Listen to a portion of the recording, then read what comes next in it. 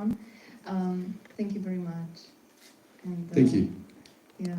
I hope to see you soon live, again. in person. And yes, please, everybody who is interested to hear more about the work of PD Play, find him on Instagram, reach out to him online. We can make a direct connection for you if you need it.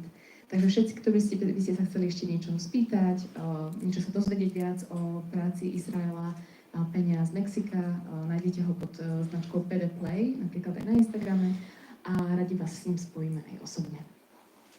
A teraz už ideme na ďalší workshop. A za chvíľočku by tu mal byť na stage buď Juan, alebo which one of you goes first? Musia si ešte strihnúť? Okay. How are we with the live stream? Live. Yes? Yes. Amazing. So, for everyone who is watching us here, we are in Prievidza, in Slovakia. And this is the Y2K25 Loofest, the first Loopfest in Slovakia ever. And we are right now in between workshops. We are starting another workshop about live looping. And it will be Juan Carrizo from Argentina, who is going to show us inside of his creative mind and share about looping.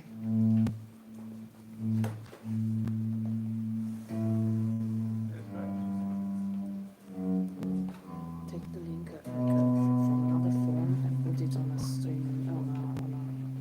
I'm doing this right now.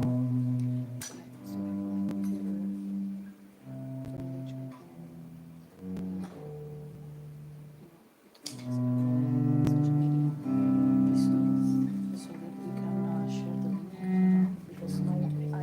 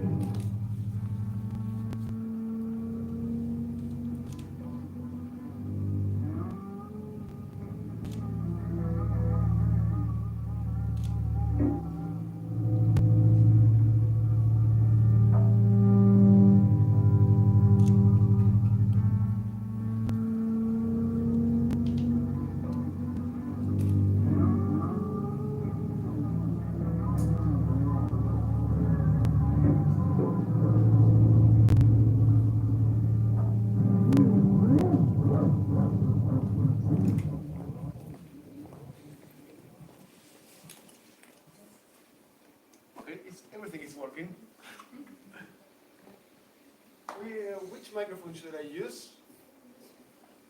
This one, no? Oh, this one. Thank you. This is taking a little bit to work. So, there I am. So, hello, welcome to this workshop. It was really nice seeing Rick and Israel at the other side of the world, sharing their knowledge with us.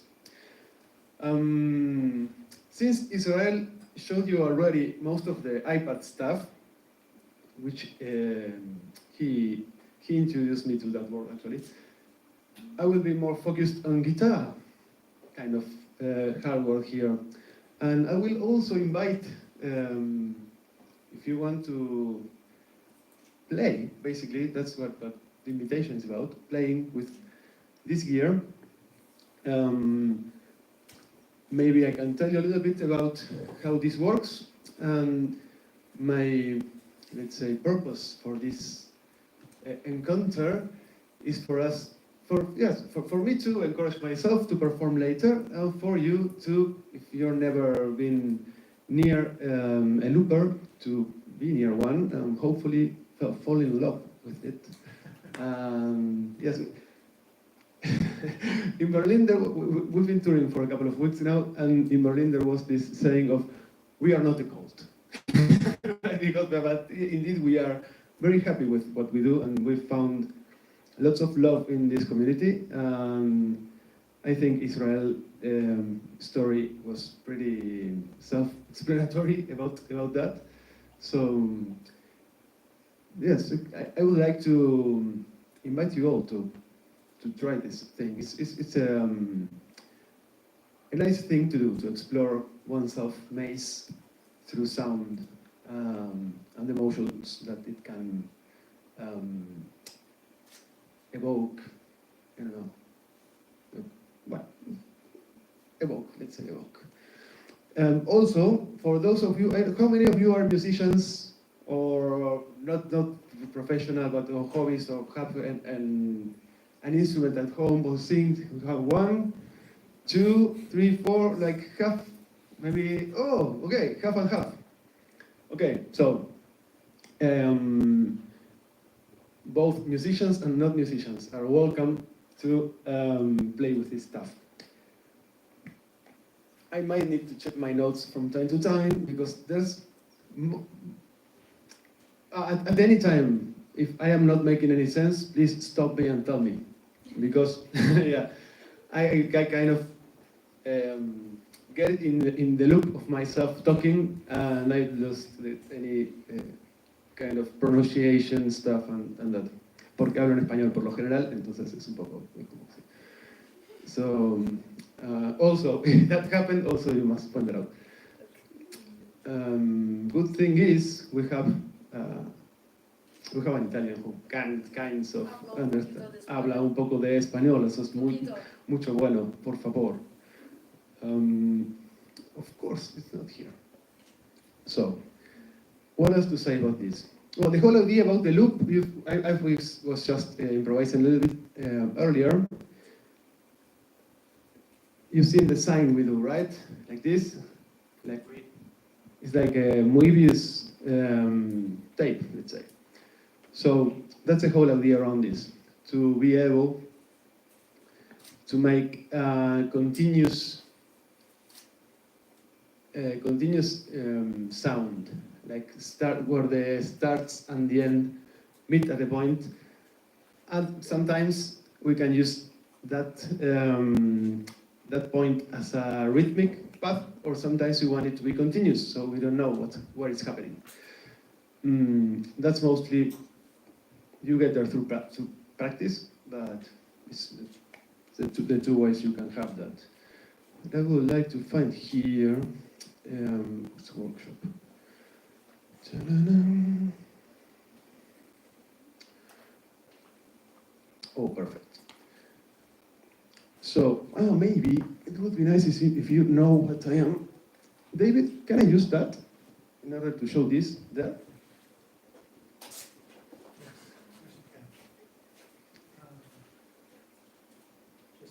Yeah, take your time. I have plenty of. about things that could have been taught before, right? Because I would like you to briefly tell you how the signal is going through this. Because there's one thing that's pretty funny about loopers. There are as many setups as there are loopers. I've met hundreds, I think, and there are not two setups alike. Israel has his iPad thing and his little box. Julia, who I met in Germany last week, has an amazing boxes with contact microphones and wood and strings. Martin does the sculptures of metal, like this, amazing. So yeah, Dominica has her other setup, like more instrument based. Yes, and then you have singers who only use their voice to do the whole thing, which is also amazing. So this setup is mostly guitar centric. Oh, that's great.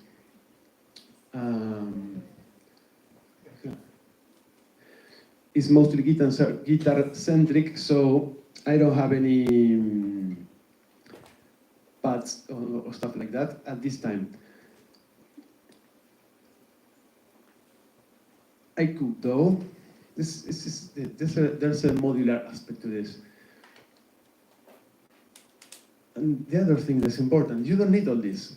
Maybe that's not a good selling point, but you could do something around what Israel was doing with a phone. There are some free apps to start looping. So yeah, I really encourage you to do that. And mostly play. Make fool of yourself, and yeah, have fun. Yeah, that's the whole thing. I tell that to you and to me also, of course. Now there is something that is sometimes when you got lost in all the gear part. Okay, this does this and this does that. There's also a musical part to it, which can help a lot too, because at least in my experience, looping is a wild animal. So there's stuff you can control, and then there's life itself. So sometimes you press something that is supposed to do something else, and it does the opposite, or nothing at all, or something unexpected. Or maybe you are nervous because you're on stage and then you push it too early or too late. So the loop got like, you know. And that's okay. We embrace that. Particularly in this festival, mostly error is welcome, and to use it also as a musical element. No, I lost track of myself. Oh no. Where I was heading with that? Oh yeah, no. There's something that is in our control, which is first tuning the instrument. You know, the basic stuff is useful, and plan a bit ahead. The where do you want to go? For example, what kind of sounds we are going to use. Or let's say in terms of for musicians arrangement, they say, okay, I want to start little and then make a little canon with two melodies and then keep only one and maybe add a beat and take one out and you have something in your head. Then it might go whatever way, but usually it's a good idea. I liked what Peter did yesterday. He had the arrangement very resolved in that aspect. That's pretty cool because the looping part is easier to do. If you are planning a song, it's easier with that in mind. Where should I pinch in and out, and that kind of stuff. Oh, you're seeing this now! Yay! Woo! So why am I talking too much? Okay, so electric guitar is going here, which is, this is only a booster because I like the electric electrons moving in here, because this is a digital thing, which sounds great, but when you add a little bit of noise from this too, it sounds better. So that's why. And also at any point I need to climb on the top of the loop because everything went too noisy. I can do that with this here. And also it's made by an Argentinian constructor, which I like to have stuff made in my country. It's fun. So then it goes here. This is not made in Argentina at all. It's quite a complex thingy. But basically it emulates, I don't know if the screen can be, yeah, you see all the little color dots that are like if they were pedals. Same thing in the digital world. And one of these little things is the looper. So I have one looper inside of this black box. Here the signal goes at any point of these stone boxes, let's say, it goes out and gets into this one, which is another looper, and also a delay. So it's an effects that does, I could show you. That repetitions, that's what a delay do. Roman, I think he's going to talk us a little bit more about how this, because the looper is some kind of a delay with some special parameters in the beginning. Then the signal goes back into this black thingy and out forever to the PA and everything. So it's a pretty straightforward routings, nothing too fancy. Another thing is that it's very difficult to break any of this, like playing normally. So you can just push stuff and see what it does. Another thing that we could do is insert the iPad as an instrument into this, so we can have, like maybe, yeah, right? We don't want any trouble with this. Yes, we can do this. I think this is more fun for the exhibition part. I won't be using this for the concert, but like that. Well, it's aware of the feedback. Romano, are you there? Oh, I can turn this off now. Just in case. So, true. More toys to play.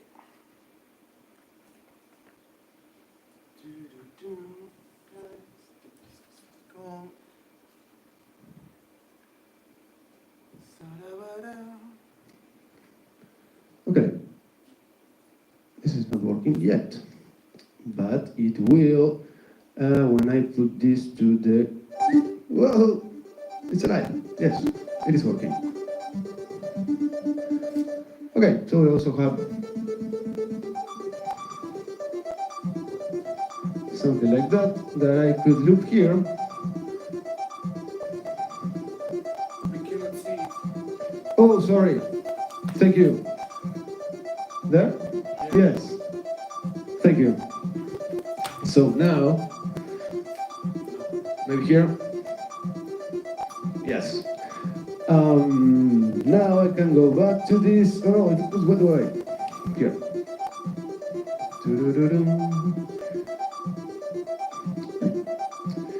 Here, I have it here.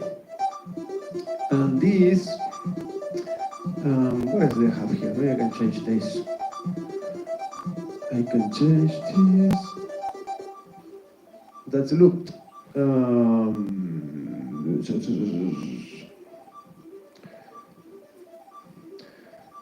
Let's take this out.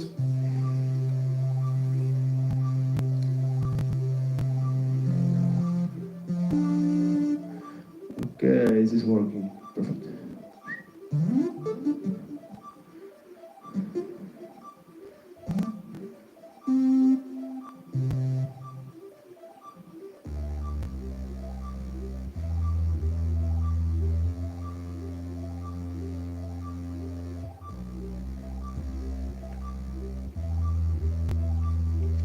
Okay, and so on, so on, so on. As Israel showed you this in a way much more effective and complex, so there's no sense. But you could that and then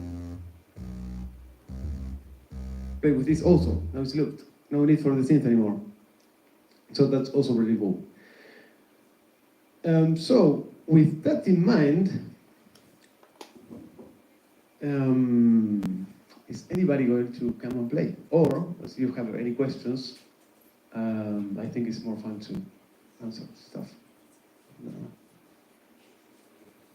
Questions? We have 2 roads, 3 roads. I can continue to talk, or maybe I can play also. We can play together with something. You can think whatever I know. I'm happy to share. Just don't want to go in a way that's not interesting or too complex or too simple. So it's with something feedback from you, I think it's easier for. Yeah. What is it gonna be? I will play guitar until somebody answers me. What? I have a question. You do have a question. Yes, I hope I have an answer then. Yes, I am a very dumb looper. I saw you yesterday. Very dumb question. I saw you launching like an harmonizer. When? On iPad, like diggy diggy diggy. Oh, an arpeggiator, yes. That rhythmic thingy. Yes. So when you loop, Yes. you have also, apart from arrangement, also what's your approach about rhythm? Because there are many. So I'm curious about when you launch that diggy diggy diggy diggy. Mm-hmm. Do you take the time from that, or do you try and do some? I push it whatever it was already said because I wasn't thinking musically. I wasn't taking it musically with my musical brain, but only like trying to sound that can sound. So in that particular case, I didn't have any approach to it. Yes. I do like arpeggiators though.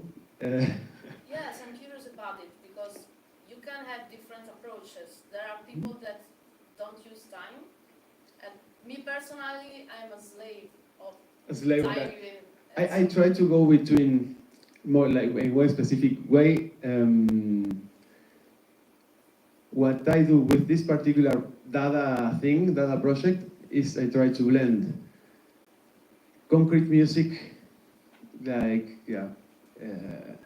experimental stuff and noisy soundscaping, that kind of world, to mix that with the more classical idea of most people have about music, like rhythm, harmony, and melody, right?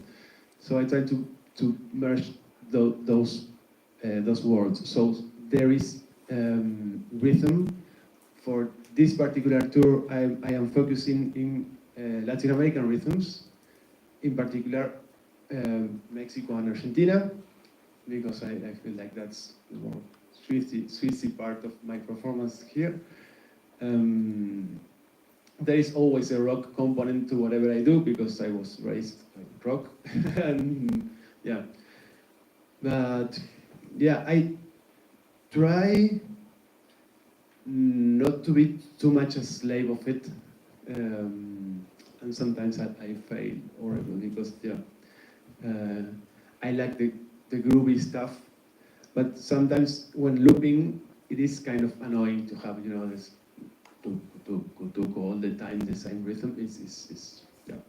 So that's why I sometimes use that, destroy it, and build it back or something like that, so I can go back and forth those two worlds. About arpeggiators, right now for this set, I won't be using any keyboards. Until last year, I was doing also keyboard parts and stuff like that, and I use arpeggiators because I really like them. Also, that you can, with MIDI, you can have them accelerate or not, and make like a granular thing, and go. Yeah, it's really useful to have as a rhythmic background that's not necessarily a kick.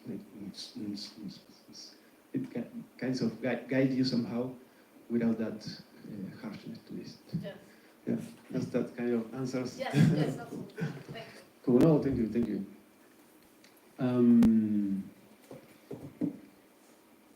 What else would be fun to do with this? Questions? Questions? Or if somebody wants to come and play, preferably not a musician, not you, but they are going to play later. Yeah, that's why I say that. Any aspiring looper or curious about how this feels in the real life? I think there's a hand there. Is that the hand? Come, please. Yeah. Thank you. I was feeling so alone here. What's your name? Dennis. Dennis. Hola, Dennis. Do you speak some English? Yeah, I speak. Oh, that's so cool. So we can share the microphone for sure. What's gonna be your looper of choice? Keys, guitar. I mean, I play guitar. So You play guitar, perfect. So this is a beautiful 7-string guitar. It's tuned like standard tuning, so maybe you can come closer, so you can reach the looper, which is this little guy here. So this is probably loaded still with I was playing before. This is volume. Oh, I might have. Yes, let's take this out. Okay, so you have a delay going there. So, do you want to play something in particular? no, No? I What? just wanted to see how this works. Cool. What do you know? Any song? Any chord? Do you remember? Or you could play whatever thing. We can loop it. Perfect. A minor. Yes. You can talk with that. Yeah. Can you strum that again? Can you play that again? And again? And again?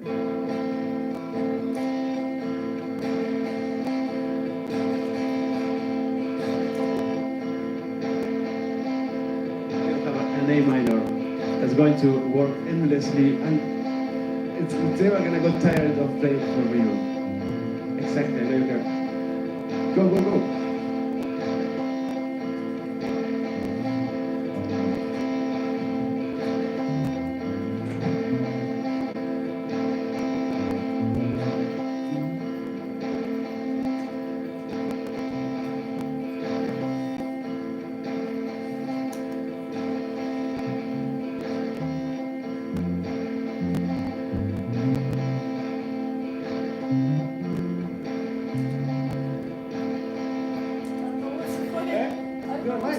Play whatever you want.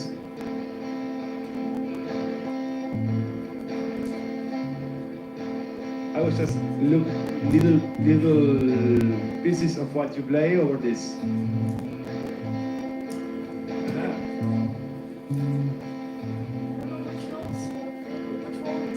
Oh, is that one will fit? Yes. And you can play this one, this one, this one, this one. That four will work perfectly. One each time, like.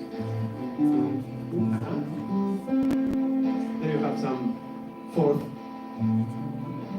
harmony going on.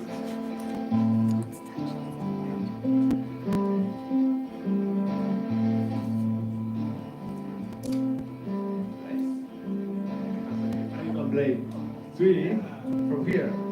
No three. I'm connecting with this if you want.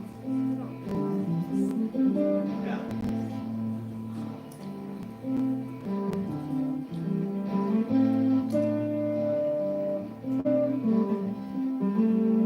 Yeah, it was awesome. Yeah. Okay, now for level 2 looping, big applause for Dennis! Come on! Now, level 2. You get to do the thing either. So, that's the thing. That's the oops, it loops. Let's delete this. No more loops. So, When you press once, come, just so you know how it feels. Yeah, now it's recording. Whatever you play, it will record until you play again. Press again. Now, there is. Yes. No. So, the whole idea is you are playing something, and you have some kind of rhythm. Earlier you were like, right? So, try to internalize that and take it to your feet. Or whatever thing you are playing. Try to find what is it resting. And then that same feeling, instead of doing it in the floor, you put it there. And it should work.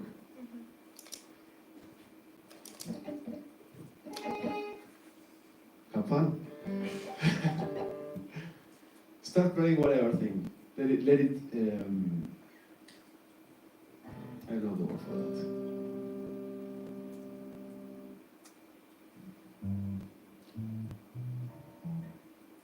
We can start easy, yeah?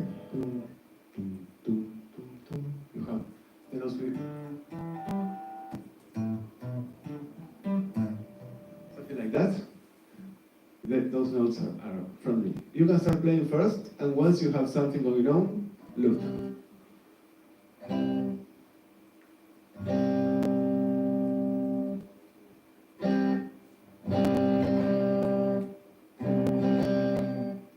Same thing in the other things. It's tricky because it has 7 strings, so it might be a little bit confusing. I like that.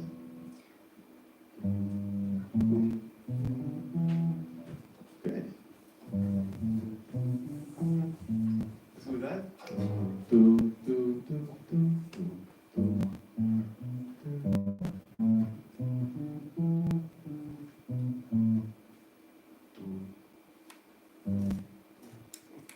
What's the word I just Oh, this one, sorry.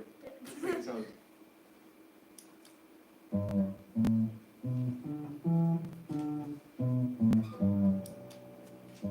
Nice.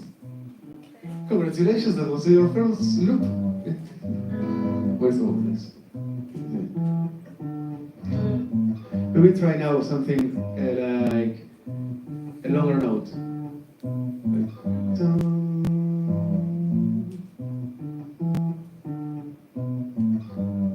find one that you like.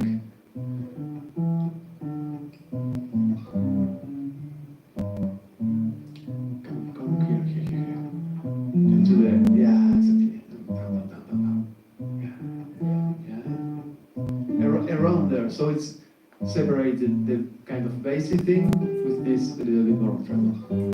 Nice. Whenever you have a note that you like, loop it.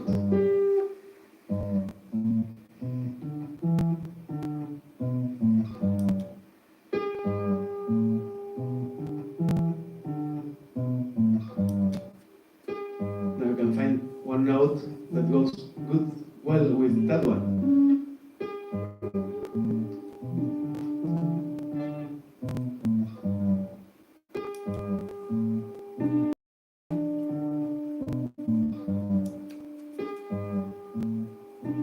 Nice.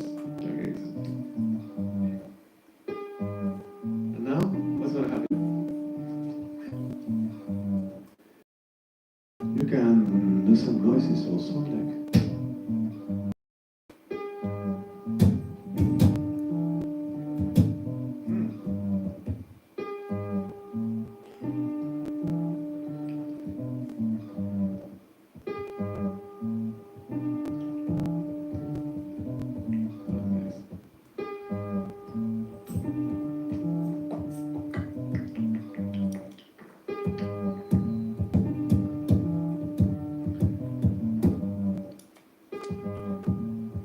Close. And maybe you can add some delay to your guitar. This one. The green one, that one, yes. Yes. Now you have delay. A. Play. So it should be space here now.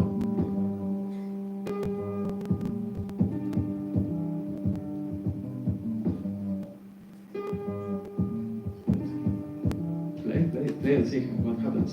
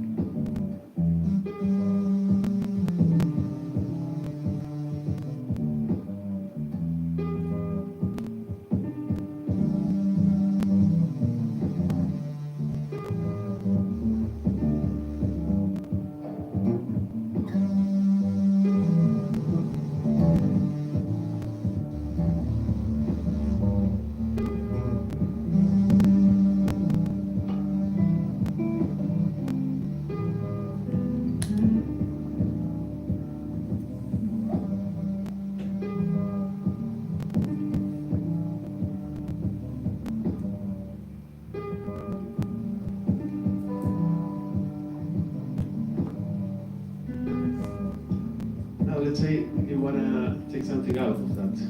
It's good. If you double tap this, it will stop. And you can, perfect. Sorry about that. And let's say you can play something else with no looping, and then back to it. So like that, you have a first approach to having, in songs, you have some part of the lyrics, and then another one, and then something that repeats over time, like the chorus. It's too much, right? Different verse, chorus, different sections. Different sections, yes. No, okay. Well, that happens a lot of music, but it's away from the making some structure of music. It's a good thing to pay attention to. When listening to music, try to it's called active listening. Also, besides singing the lyrics and tapping your foot to the rhythm, you can also pay attention to the structure. What is repeating? What are the notes? How are they rated? It's not like you need to know 10 notes. So they are going higher or lower and stuff. That's really useful when you want to loop, because you can have some ideas of, let's say, you have this part B. B, we can start a conversation with us. The thing Israel was saying about a conversation with yourself, you can have a part of yourself recorded there and the other part here.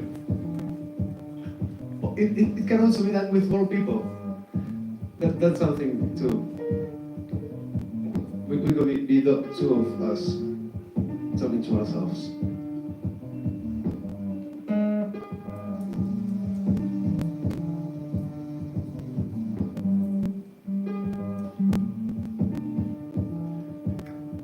Now, we need to end this.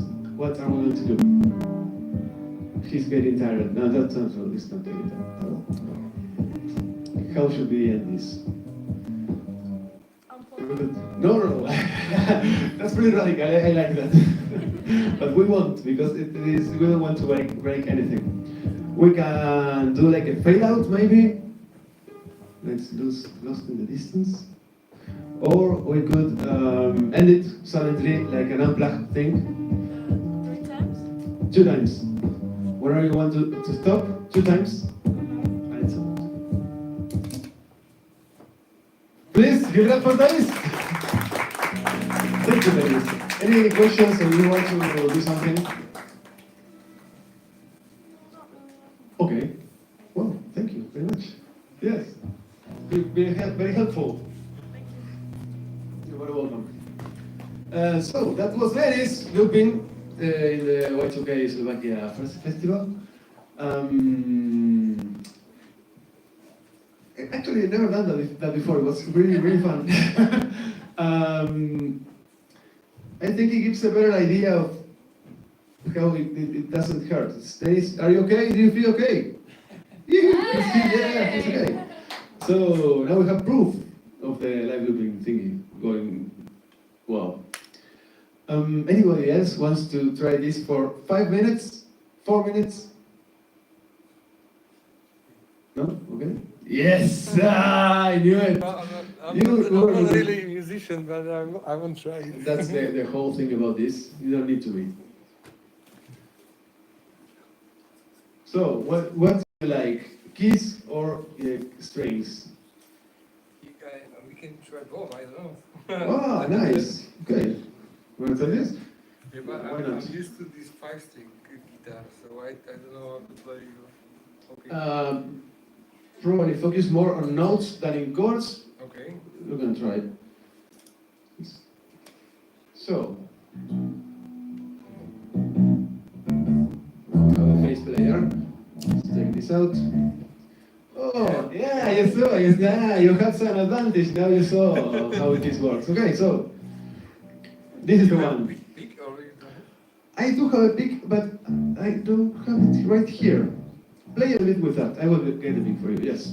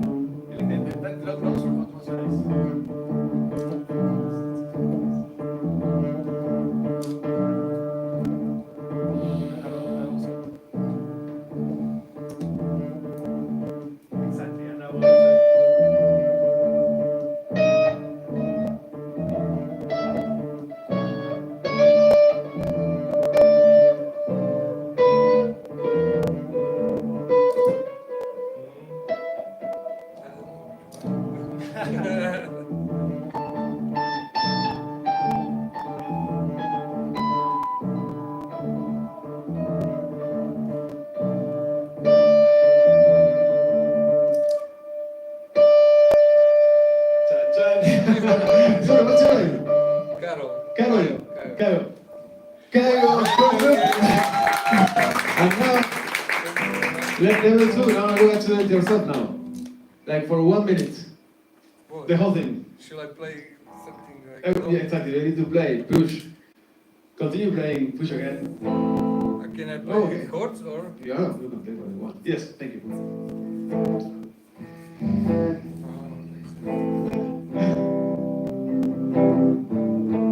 When you feel you have it, go with your foot there.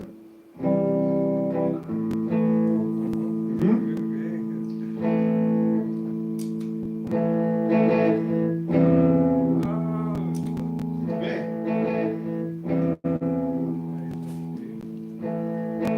Let's try again. That's a good trick. A good trick, which is you start playing and you don't stop. It's like chan charan kukan kan chan karan kukan kan chan. And then while you are playing, you press the thing. Have it? Exactly. Exactly. Continue. And don't stop.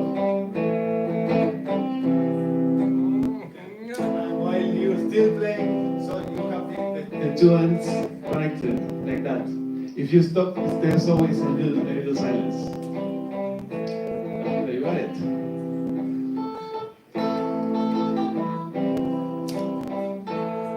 Infinite looping. Oh, sorry about that. I will delete that then for you. Like that. There you go, sorry.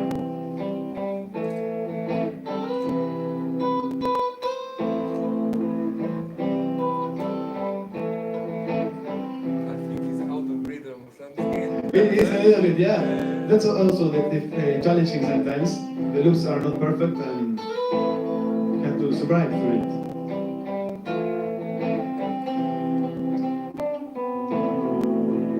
That's all.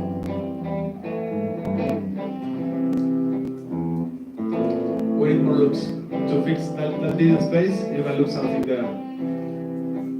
Now In I'm the- stressed out. I don't No, know what to do. That's been really helpful to showcase how this works. Thank you a lot. Yeah, Oh. thank you too. Thank you. See you later, I guess. So, well, I'm pretty happy. We have two new loopers now.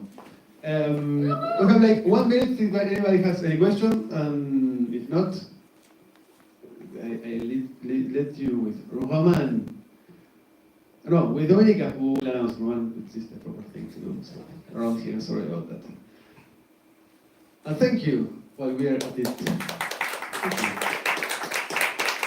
Thank you, Andrei.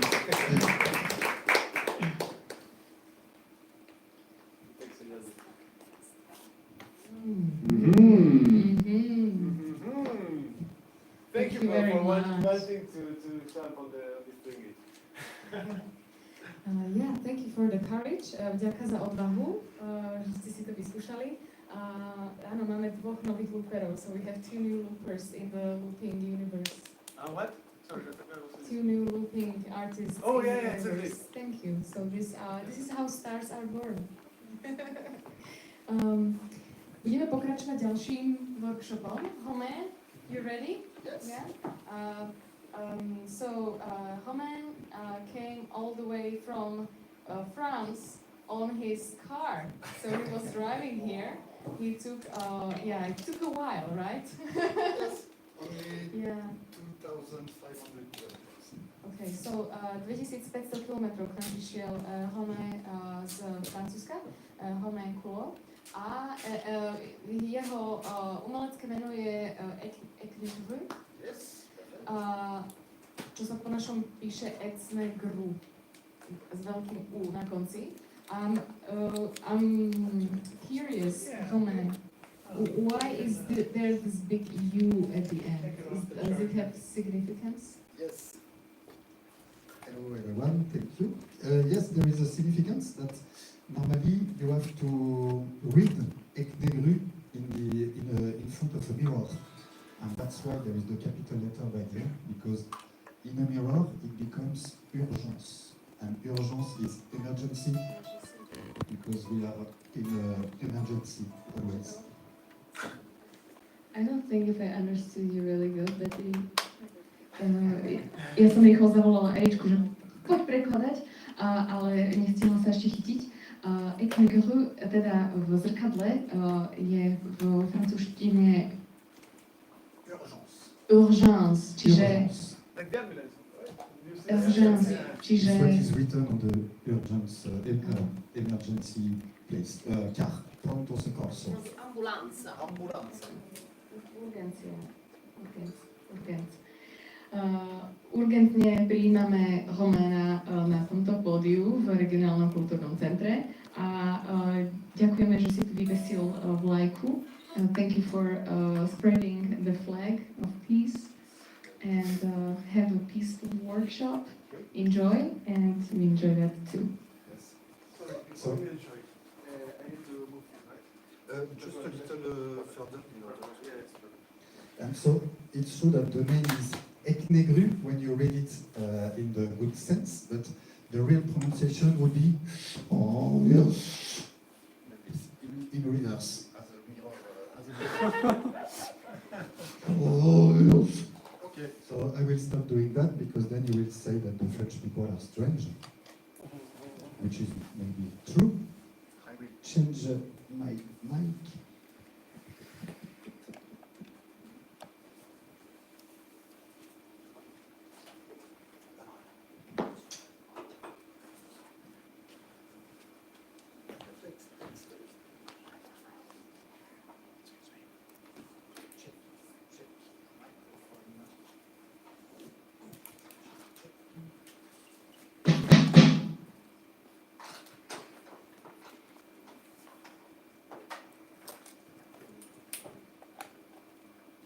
Okay, so normally now it works.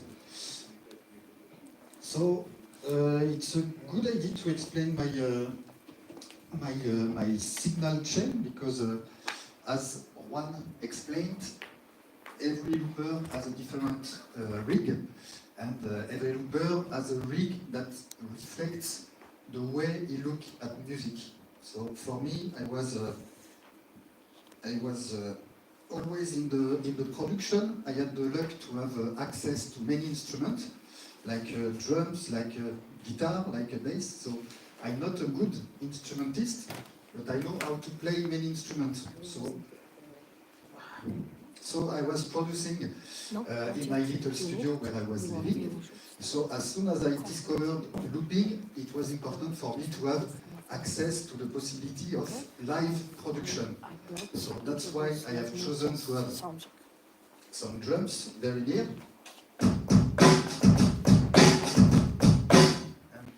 I come from the production area, so it was important for me that it is digital drumming, but it's very important for me to have like true acoustic sounds. So this comes from my own snare. So it's velocity wise. Same thing for the charleston. Like this, there is the right. And so this is the acoustic kit. There are also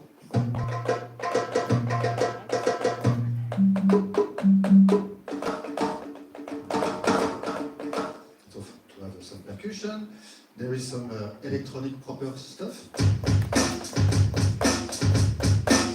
I like also, I want to be able to have a very big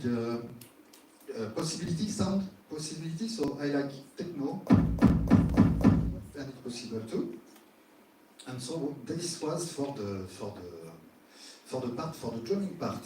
Then I have the same possibilities with this little synth, which is 25 years old now. So you can see that you have here the case, and here you can choose instrument. So, for example, I know that my second instrument is piano. My first instrument here is bass, but I have first to change the octave.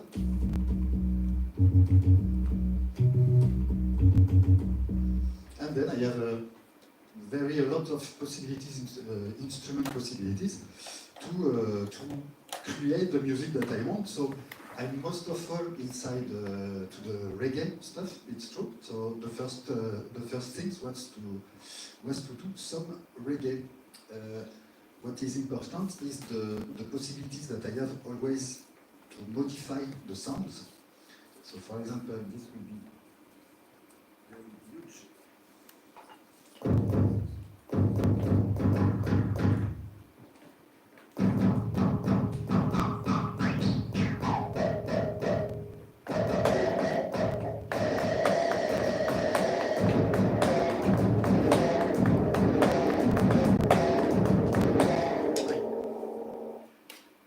It's not very useful now, but I can have some dirty drummings, and it will be the same for the piano and for all the instruments. I can put some phaser.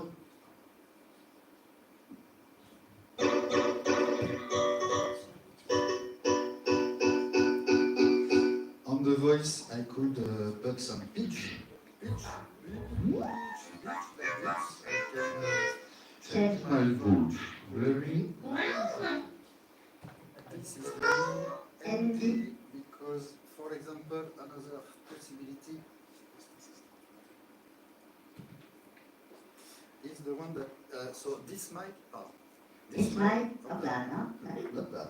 This mic, as Israel told, there are people who are singing very well, which is not my case at all. But as I told, my first need as a looper was to create old school reggae. So in old school reggae, they have this kind of filters on the voice, and this is what I wanted. And with this kind of effect like this, you go back directly to the golden age of reggae, and then I can put some very huge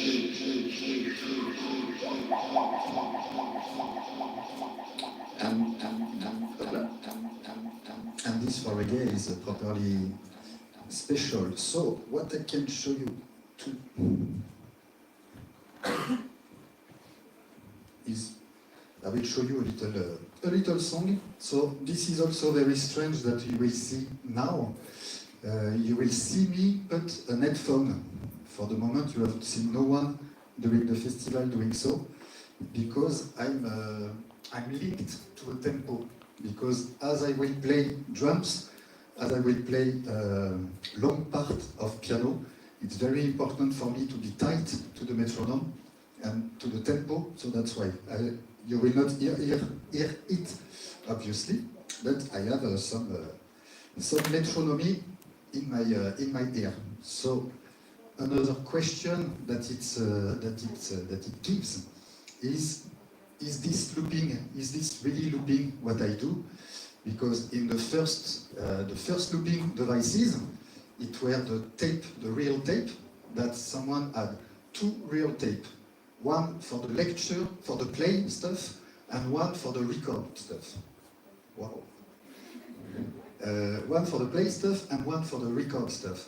So you have this big loop where it was most of all some guitarists and some keyboard, like Terry Riley and Brian Eno, lots of people like this, who were doing, so there is one head which plays the sound and one head which records on the other tape reel.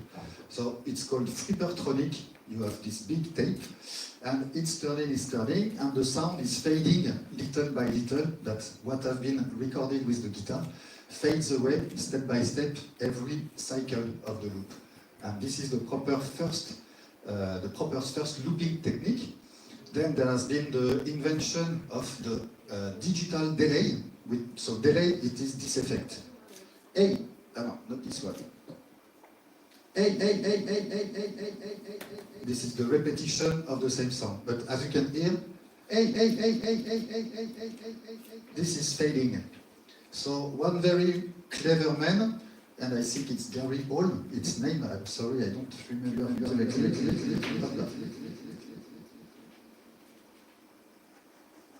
choose to add, he make a modified delay, and it makes that this delay is 100% feedback. It means that the delay will never feed. So like this you can do, and it can stay like this for forever. So from there, it was possible to do Flippertronic in a new way, like without any fading, and this has changed everything. And then arrived the gear that I'm playing now. It's Roland gear, and Roland gear do only looping devices without any control on the feedback.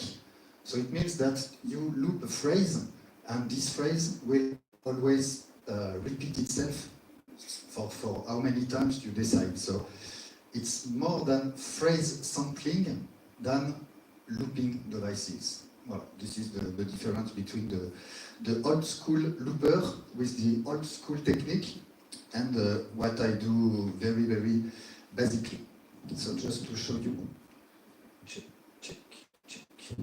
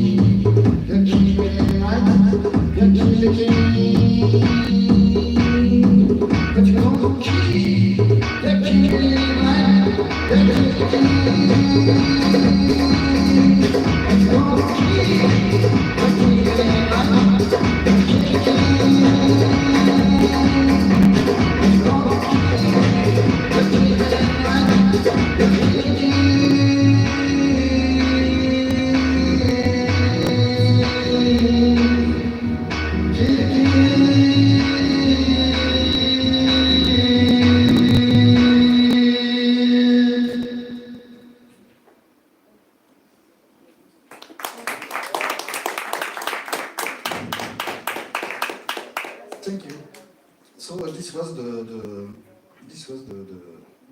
purpose of my gear. Yesterday we spoke about DubFX. That was a huge inspiration for me.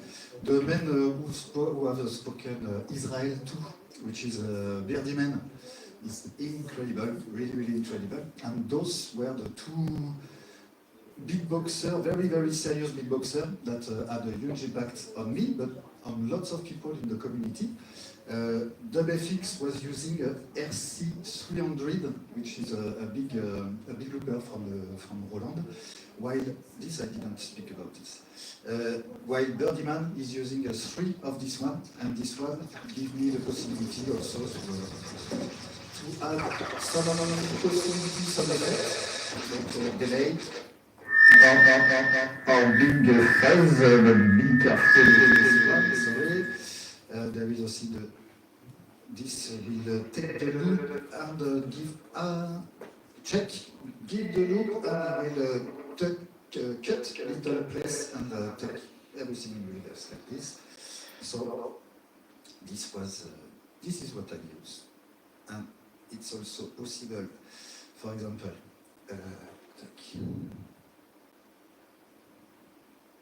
I'm using very old gear. Everything is from this is from 2001. This is from 1901. This is from 2006. This is from 2006 also, I think, and this is from 2010. Just this one is newer, pardon. And it gives me the possibility to also use also very old recording techniques. So, for example, I love a lot jungle music, and with this equipment, I can use the first recording technique for this kind of music. So, I will just show you.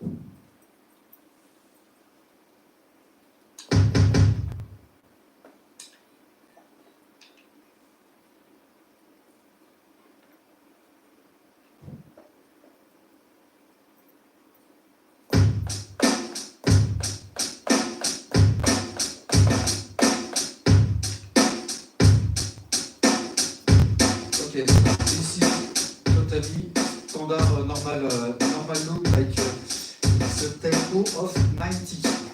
So now I will sample this sound into this looper. So I have to take the first bit.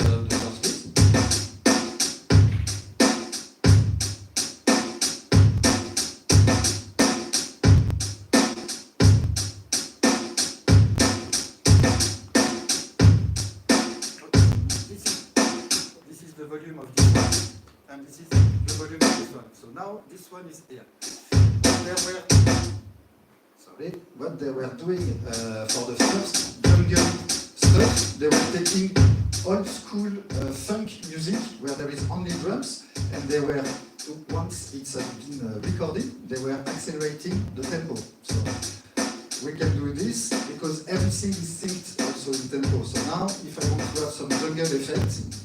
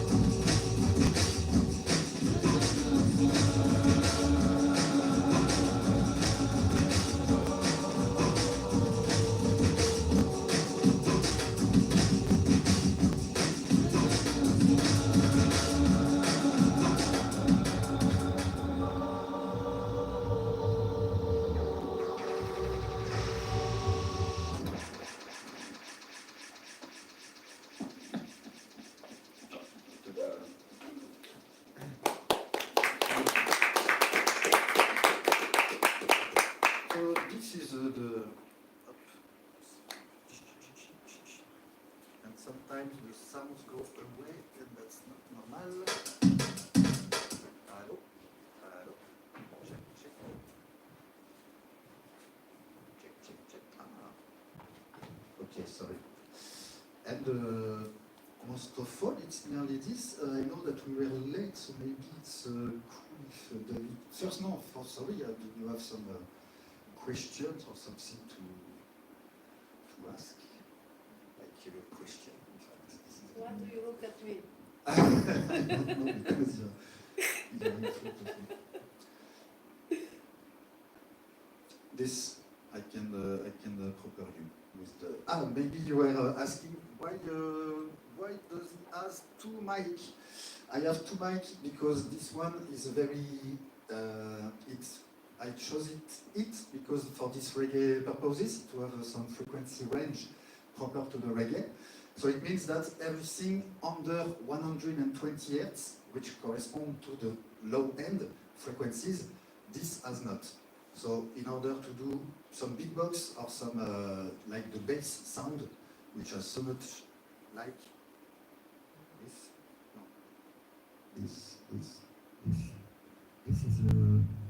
this is an effect from the looper. You have one at the same effect on its gear, and it gives an octave under in order to have some bass sound.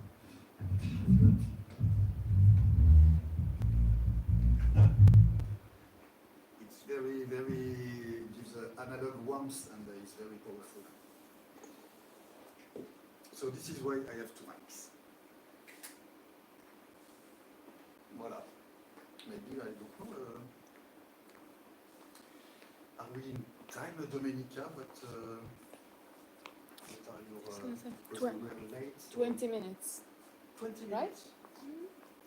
Mamma mia. We do, Make me dance. another dancing. 20 minutes dance session. Yeah. Is it okay with you? Yes, yeah? I thought as we are, I thought that we were a little late, so as there are not so much questions, I can shorter for. Let's see. Okay. That's okay. So let's go. Maybe we can do also a song together. It's totally possible. I do another little reggae. I hope. That's very important. I hope you like reggae, because otherwise we will not be very friends, because I do nearly only reggae.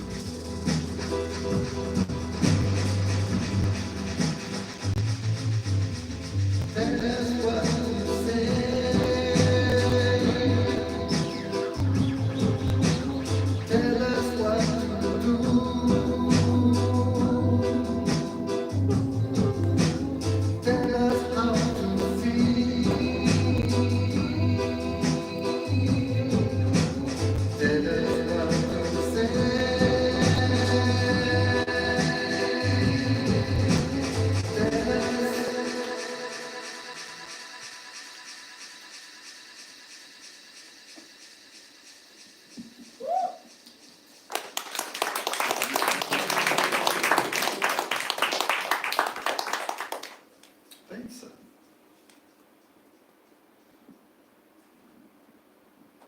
Let's go for another one. Maybe we can try to make something together. Most of all with some beatbox rhythm. You wanted to do some beatbox? Come on. Hey.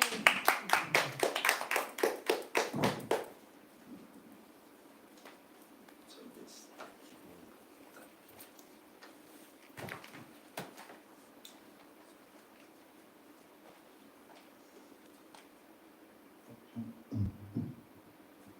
So as for the order,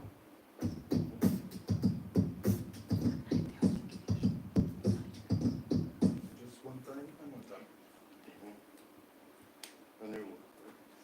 I want to, I can look you, yes. Okay. Fast, slow, doesn't matter. Doesn't matter. Okay. You can go hardcore. Jungle. Yes. Let's go hardcore.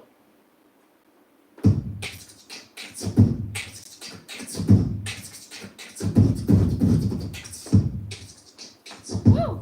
Woo! So yeah, something more. Yes, maybe. What I maybe. This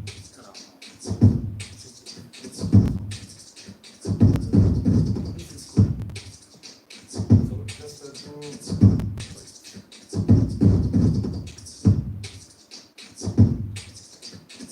Perfect. So the first one.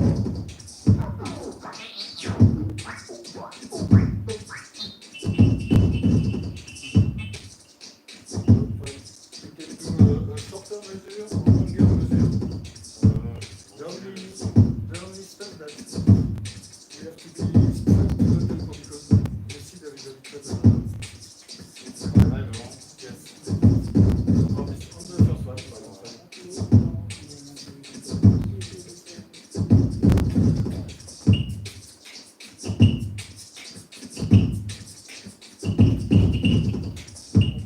Wow!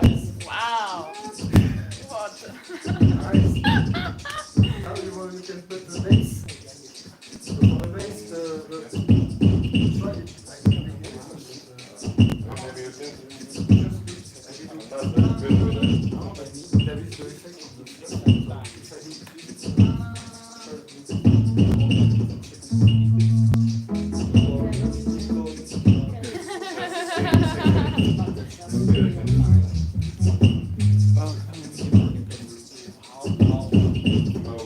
you can do it like this, and it's really now, for example, this one, you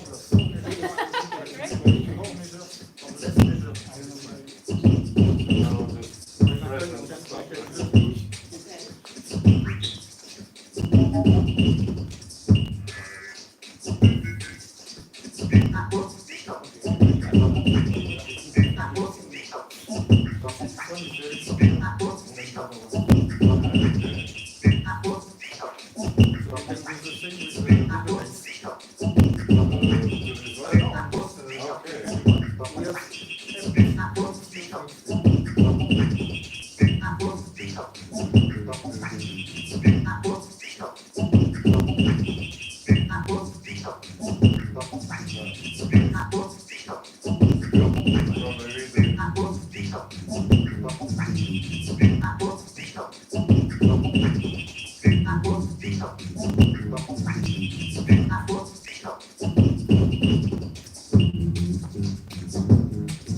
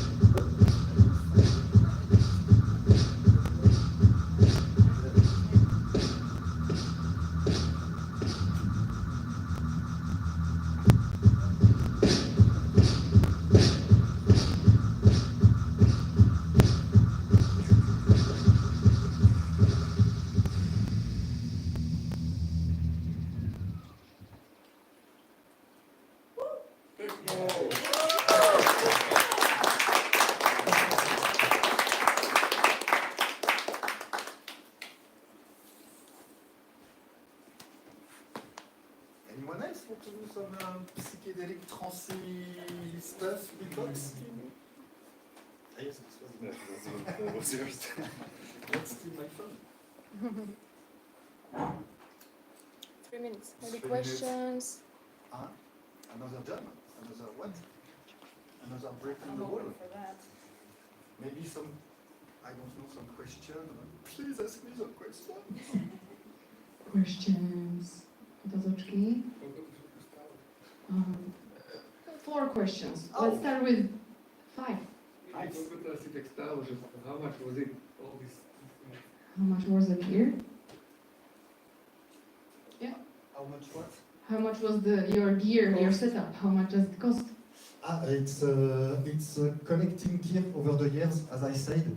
So nowadays it's not so much, but back in the days, I always had the luck to have beautiful stuff, not very expensive. So at least yes, I think that there is 800 euro stuff, at least yes, because I have a computer also hidden.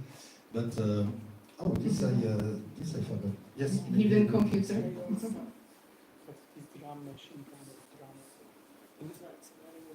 Yes. With this one, it was.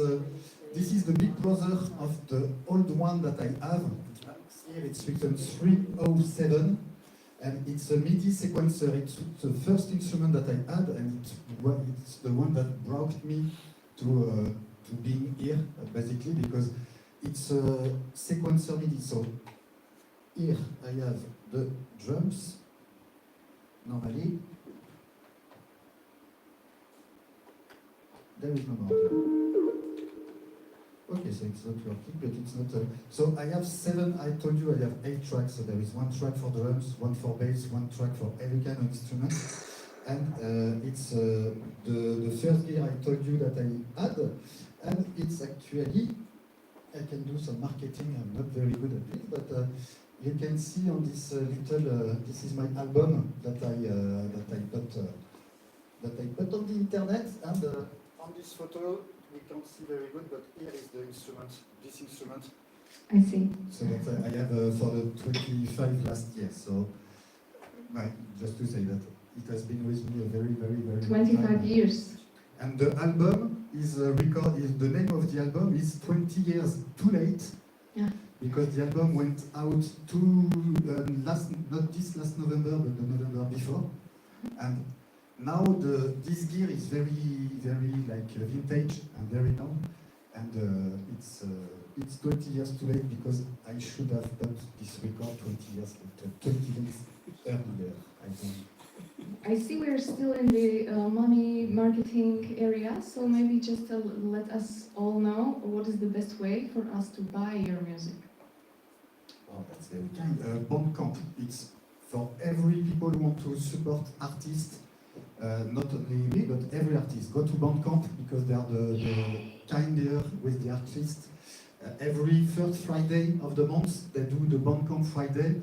That normally, when you buy an album on the Bandcamp, there is a fee for Bandcamp. It's totally normal, but the fee for the artist is very big. Good. But 1 Friday per month, the first one, there is Bandcamp free Friday. So all the fees go directly entirely to the artist, which is very good. Yeah, thank you very much for sharing that. And we have 3 more questions, I guess. I would like to ask what's the red thing on the top right? The red one. I saw that you were moving around on the screen something. Yes, it was one first of its kind. It's called Chaos Pad. It's discontinued, as is all this gear. In fact, all this gear is discontinued. It's like an iPad thing, so there are lots of effects on it. And as soon as I touch the screen, the delays change. But if I put another effect, I control with the X-Y axis. I can control the effect. The more I go up and like this, the more there will be effects.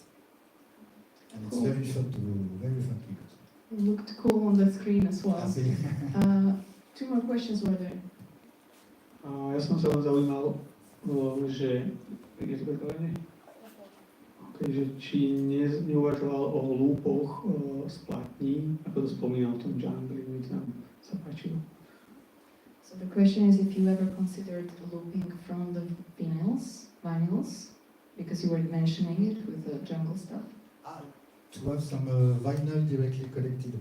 I have tried at home. I have tried some stuff like this, but then it's very difficult to move it in order to come here.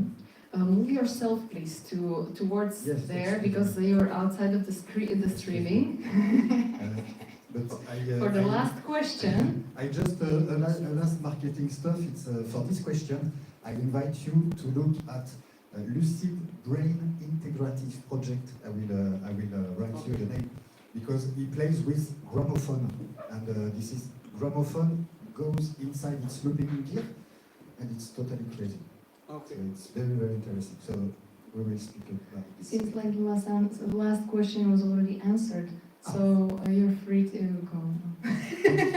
Go with peace, please. Yes, I will. Always. Thank you. Thank you so much, Romain. Thank you. Yeah, later, both Romain and Juan are going to play their sets tonight, so stay and enjoy. And now the floor goes to David Tristram. Yeah, it's gonna move the table. Takže nezabudnite, že dneska môžete vidieť ešte aj Romainov, aj Juanov set neskôr večer.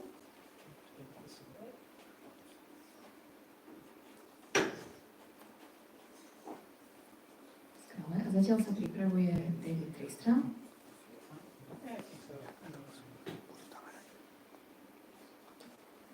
Taký nejaký zvláštny svoj, tak áno, daj tak, aby bolo vidno aj screen, aj jeho.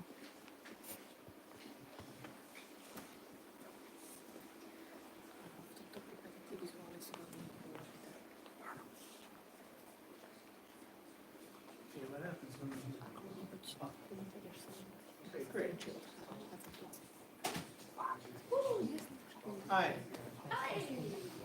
Thanks for coming. Does everyone want to stand up for 1 minute? You know, just like you've been sitting there for so long, just stand up. Big breath. I'm from California. The air is good there. Oh, that feels so good. I'm amazing, and so are you. All right. Thank you. All right. That's going to help a lot. Help me anyway. So I'm going to tell you a little bit about the program I'm using to make video. And not just here, but for the last couple of years, I've been focusing on Resolume Avenue. And in Resolume, well, this is never going to work. I need oh, look, it's a mess. Okay.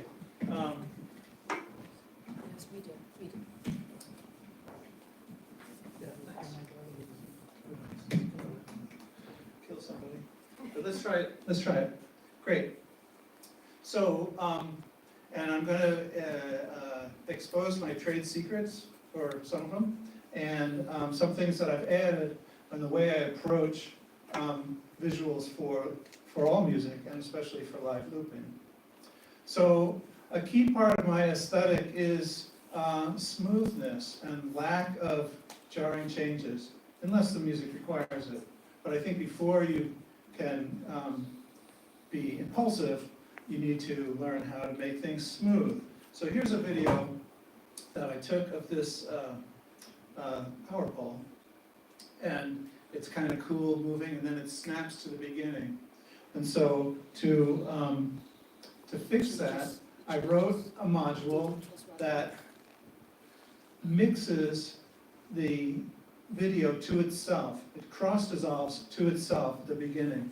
So what does that look like? I come here. I come down here on this layer 2. We'll see. Tell me if it's impossible. Okay, and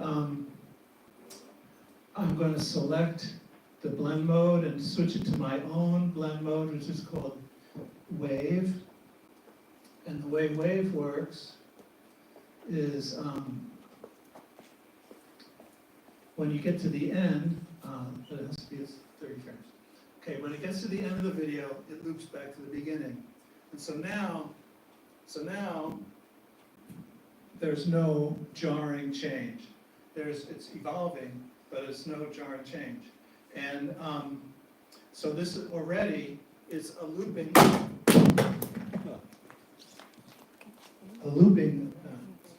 very nice. It's a looping aesthetic element of a video presentation. It's happening in time. In fact, I have beats per minute here. And if I tap, I can tap slowly, and the video is moving at slower beats per minute, or I can go quickly. So let's try hearing some music while I'm talking. If I can do this without blasting the world.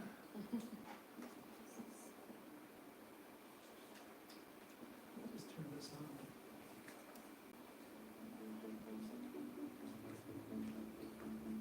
So we'll just keep that way back there in the background and give us something to kind of relate to as we're listening to music, because this is, as we're doing our video, because this is video for music.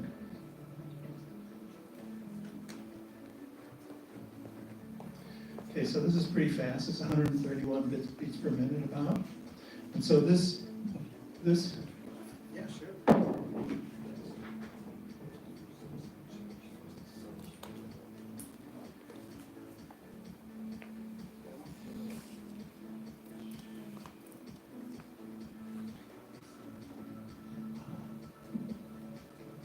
Pre tých z vás, ktorí ste včera neboli na koncertoch, tak by som chcela len dopovedať ten príbeh medzi tým, a to je, že David Tristram tvorí vizuály, okrem toho, že hrá hudbu, tak tvorí vizuály pre hudbu naživo cez software, ktorý sám naprogramoval, takže je programátorom, je aj hudobníkom a ukáže nám tu nejaké svoje, odhalí nejaké svoje tajomstvá a triky, akým spôsobom pristupuje vlastne k tvorbe vizuálov, ktoré sú generované na základe hudobných impulzov.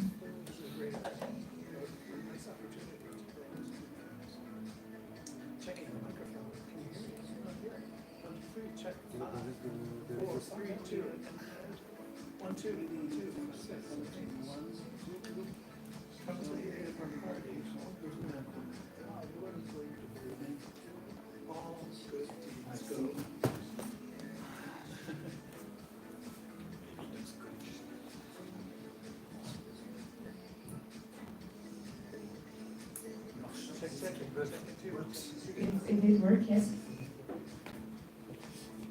Hey, thanks for being so patient. Well, as we're doing this, you can see that the video is repeating at 8 beats. That's 2 bars. And so you'll have a feeling of the video being in time with the music. So this is a pretty nice way to switch between videos. I'm going to click on this stuff over here, and the system waits until the beginning of a 2-bar section and then begins a transition. And now this guy is also running in this looping back to itself mode. Let's go back to the telephone call. He starts up, and the beginning and then the end of the video is lined up with music time. Now, this application I'm using allows you to mix different video sources. For example, going up and down this grid are different clips. And it's kind of like Photoshop or some other kind of drawing program where there's layers. So you can think of all these things as layers. Unfortunately, it got little, which is pretty cool. Let's try a little blue trick.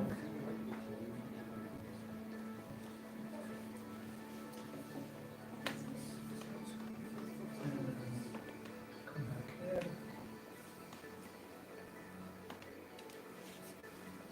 I see. Okay. I kind of want you to be able to see what's in this window. So let's try switching layout.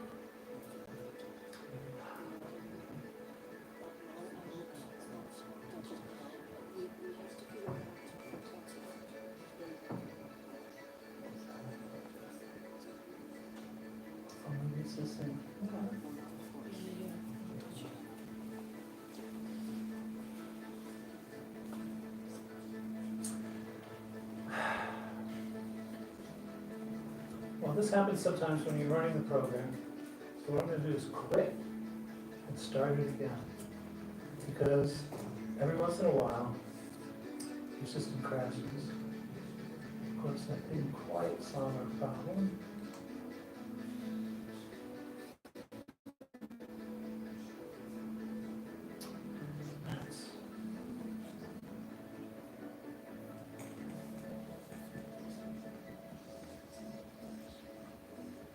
I'm really sorry about this part. It has to do with that we changed to a different display. Let's do that again.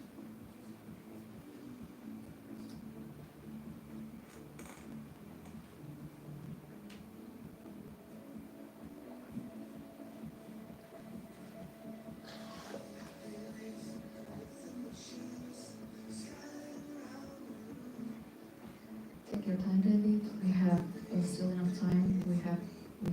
We're gonna also manage the break before concerts in this time. Because I was counting with some extra time for these kind of situations. And meanwhile, I just wanna say, because you said something, David, that reminded me that, yeah, looping means that we also get always a new opportunity to start again, because the loop goes and finishes, and then it starts again, and it's like refresh. It's like getting a new chance again and again and again. I think it's going to work now. Basically, with computers, if you mess around with it long enough, it fixes it. Don't ask me exactly how I did that. All right, so here is our video playing, right? Click on here, you should see it. And all right, life is good. Yeah. So this guy will shut him off. Okay, so what are we looking at? We're looking at layer 2. And he's running this loop to itself thing. So it would be cool if so over here is the opacity of that layer, and if I pull it down, I can have another layer behind it. And so that's another way to smoothly transition between things and to create a complex scene on the screen. But you don't want to be like sitting here twiddling this control all the time. So in my in this wave mixer that loops to itself, I can change how much of myself I see. Right now I see only myself, but here, now, when I'm looping back, I don't loop back to myself, but I loop back to what's behind me. And so now you can see every 8 bars, it switches between the 2 videos. And it's all smooth, right? There's no hard edges temporally in time. How about if you want to switch to a different thing in the foreground? So again, I'll click over here on a different video, and now when I come back, it comes to the new video, and the video is in time. And now this one is going back and forth to the background. And let's change the background. The background will wait until it's ready to play, and then start this new video, which is these triangles coming toward us. Okay, so that's interesting idea number 1. Make the temporal changes at the beginning and the end of the loop smooth and automatic dissolving between things. So what else can we do with this thing? Well, let's put it back here on this nice guy, and I'll turn him off, and hopefully he'll smoothly disappear. Okay, so now we're watching just layer 1 here. So what another really important part of what I do is to separate images by how bright they are. And in normal video world, this is called keying. And the simple way of keying is to just take everything above a certain brightness and show that, or everything below a certain brightness and show that. Well, that's all well and good, but a lot of times the most interesting stuff is right in the middle of the luminance.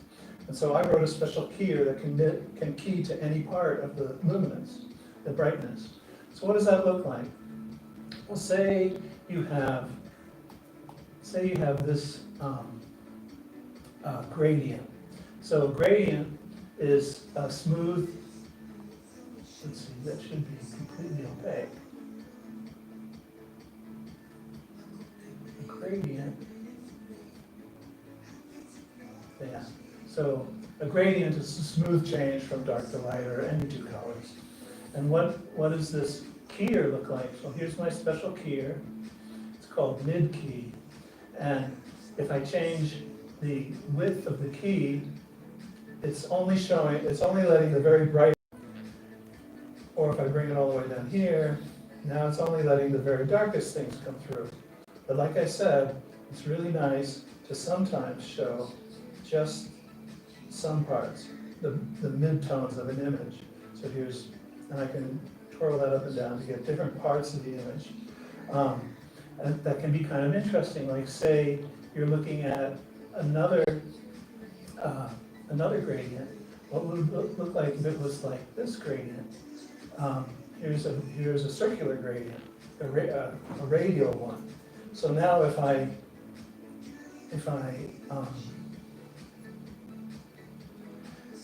change the threshold on the radial gradient, I get these nice circle shapes. I can change the width of the key, and also there's hard edges. Hard edges, that's not my thing. I don't like hard edges, so we want to add softness. So we can have a nice soft blurry edge here. And so what happens if you add these two gradients and key against that? Well, that's kind of interesting too.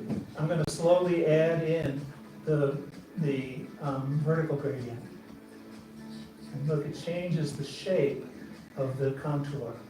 I'm smoothly going up and down. So, and again, once that's there, I can still go up and down like this. Hey, it's kind of a drag that when it gets all the way dark, it's dark itself. So let's, instead of just coloring it with the original color, let's overlay a different color. So now it's red, and it's the same nice brightness of red no matter where it is.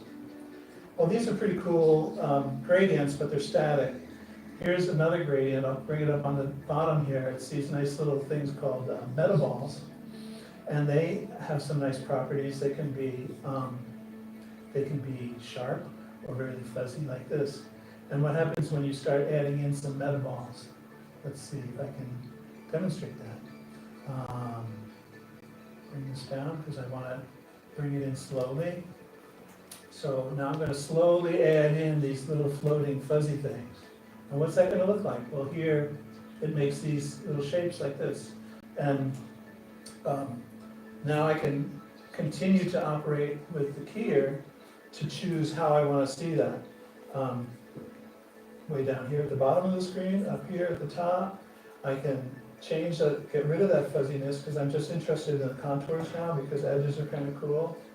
And just a little tiny thing like this. So now you can see that I can generate dynamic shapes by extracting these contours from the video. Pardon me. So what does that look like on real video, like the one we were just looking at, instead of these gradients? I mean, gradients are cool, but let's put it back on this guy. And I'll shut these guys off and turn on this guy, and it's all red. So in this case, we want to see the colors. So I'll turn off my overlay. And now we see the that river scene.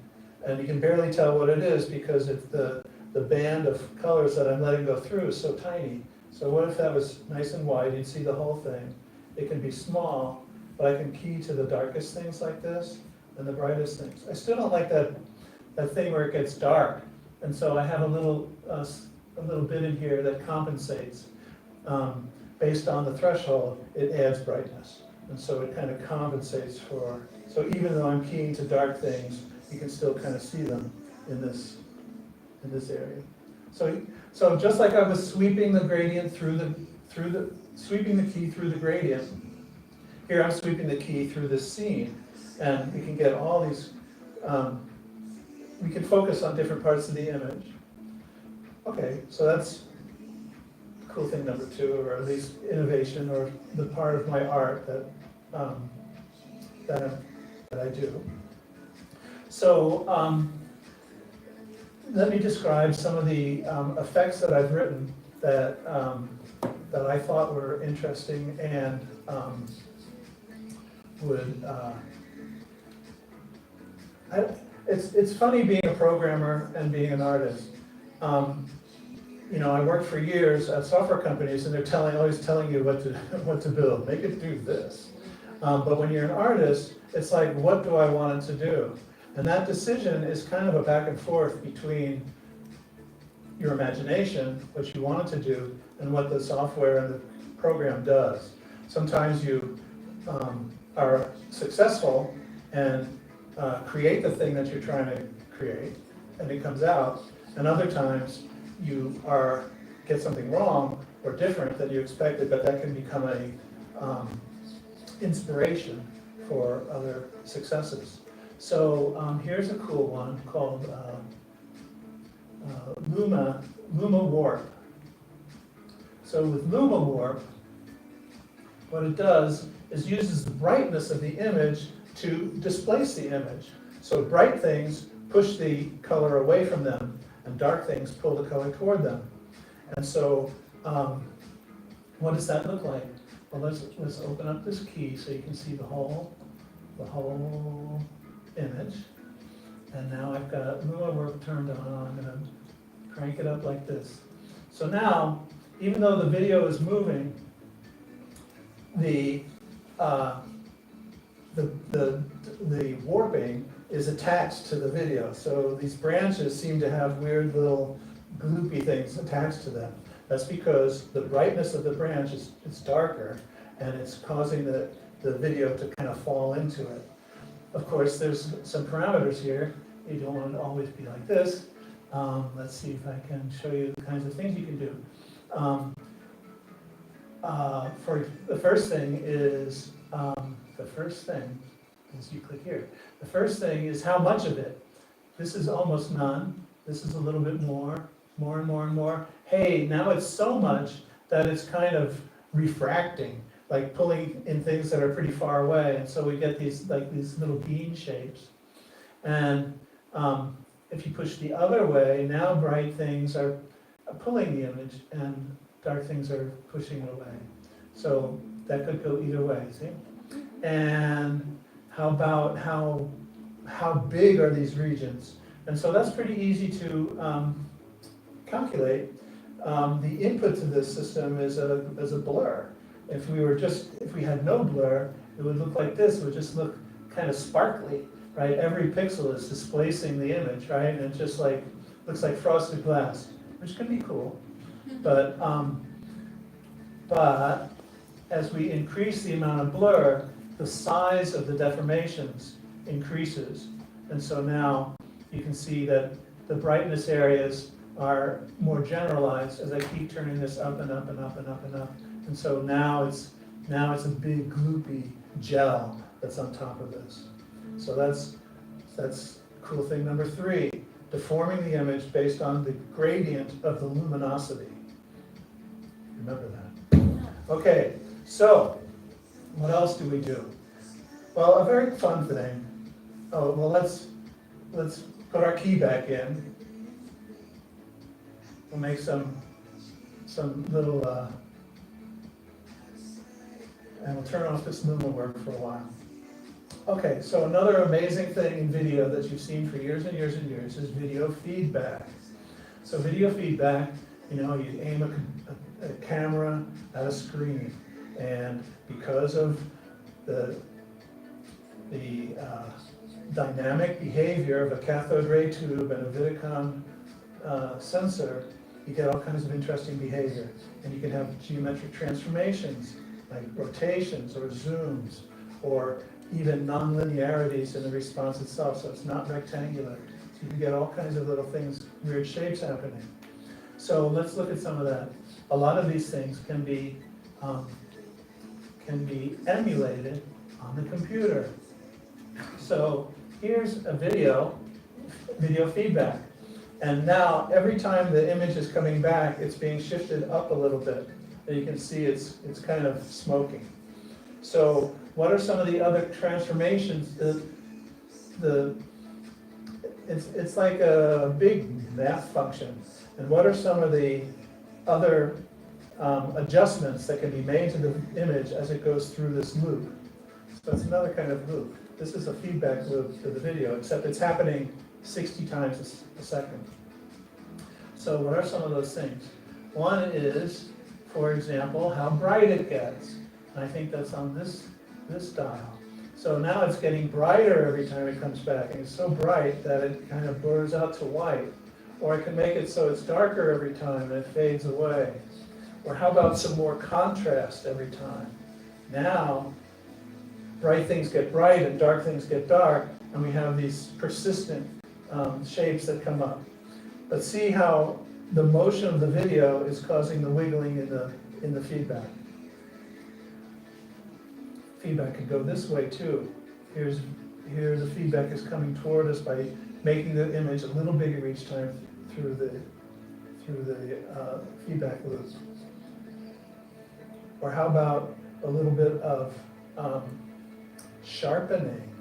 Sharpening is especially great because you get new detail that wasn't there before and can have this kind of sparkly effect as it comes toward you. Or how about our good old favorite, spin, right? So now it's spinning every time it comes back. Okay, so that's a little bit about feedback, but what I thought you might be interested in is applying the luminance displacement to feedback. And so that's going to be groovy thing number 5. So let's reset this as well as we can. And let's see what's going on here. Why is this always already so? So here's our scene, and here it's going away. And I can change how much of the scene is injected into the image. Oh, I still got a lot of, there we go, a lot of sharpening. So now, instead of simply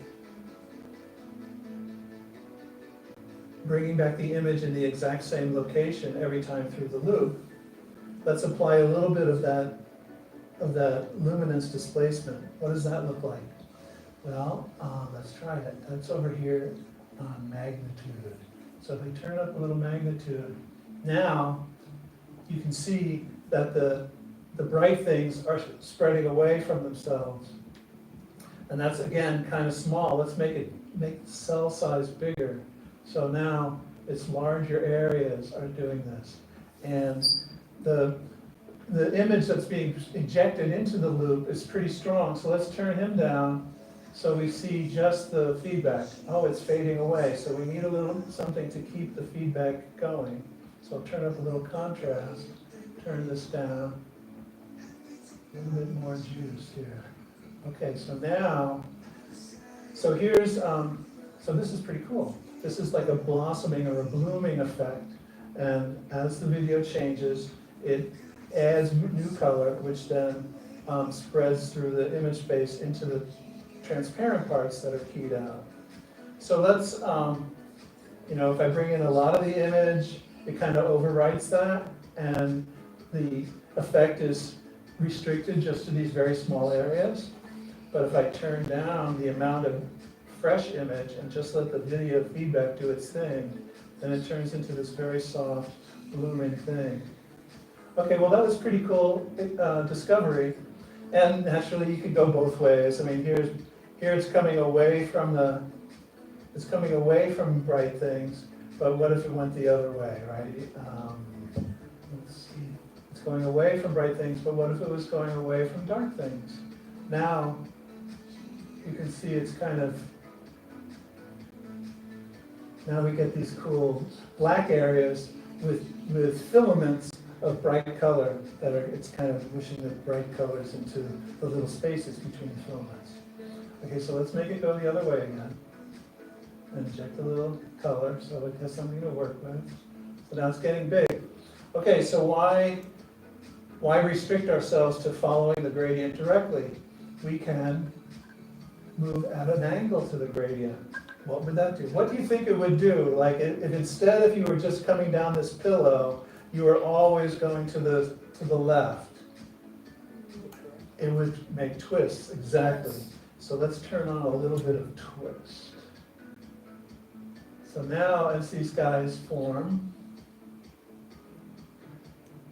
you can see them making these little swirls. And pretty quickly, this turns into things that looks a lot like fluid flow.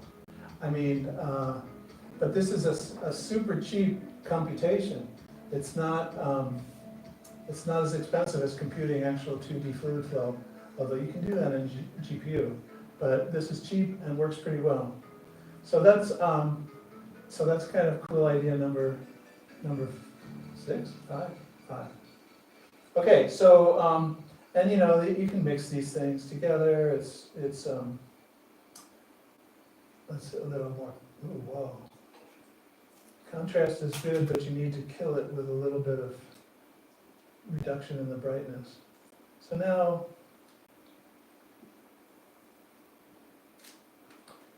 you can see a little bit about some of the looks that you'll see tonight.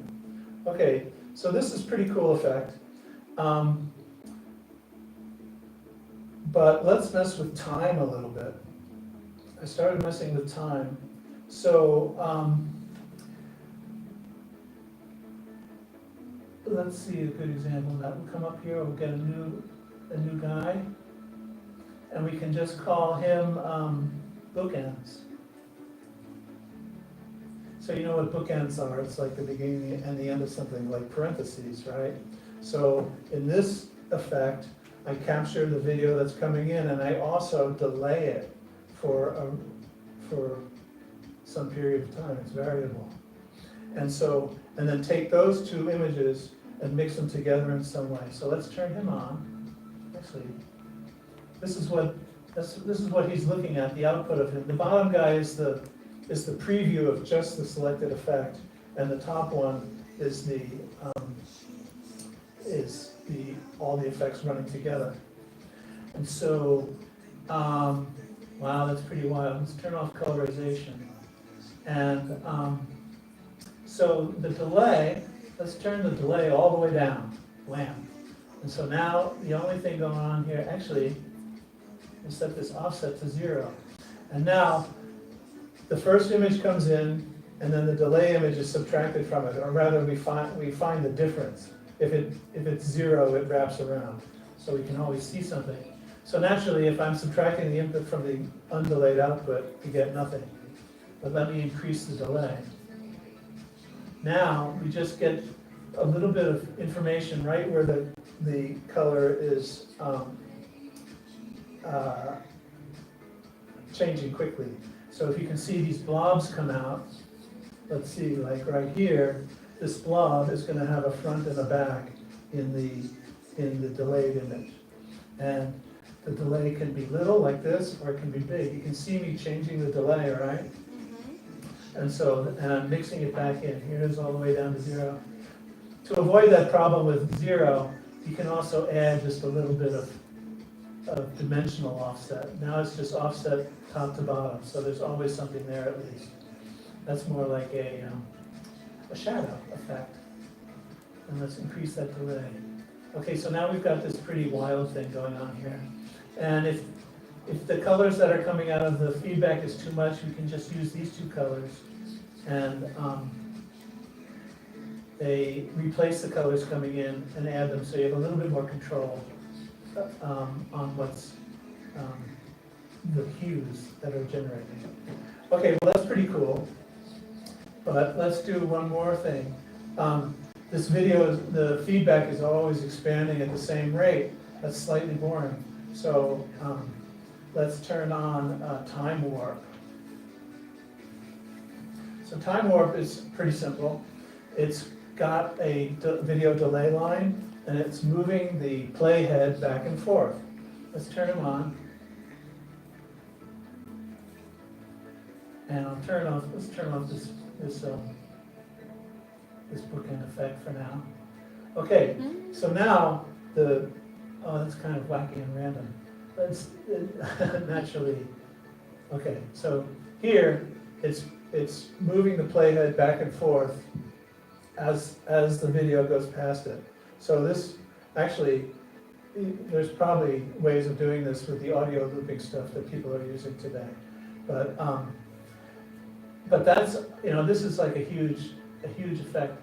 Probably I would never use something like this so extreme, but you can make it go in time with music if you want. So now it's going fast forward, and then after a while it almost stops, and then it moves ahead again as the playhead is moving with the video, and then it starts going back behind it, and then it's moving with the video, and it's coming back behind it. And that's cool too, but as we saw when we were starting, it's cool if that can be a noise function too. So here's a video effect of feedback, which is normally very predictable, and video is always, feedback is always flowing forward in time, like fluid flow is.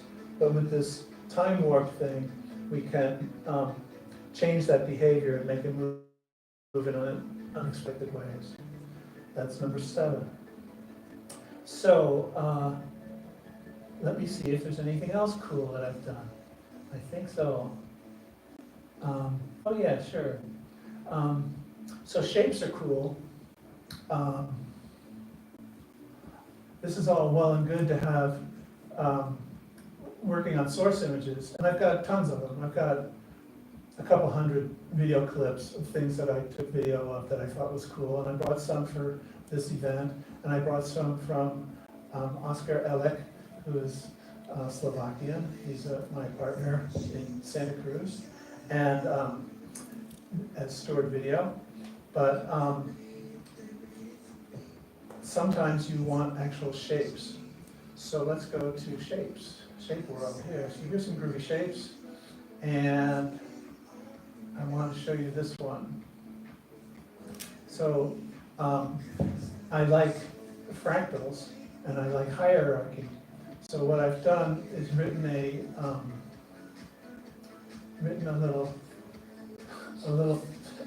little shape generator. Wow. That I guess I replaced that. That's pretty cool. So so what do we got here? This is a series of nested squares at different sizes. What I can do is make all of them go away,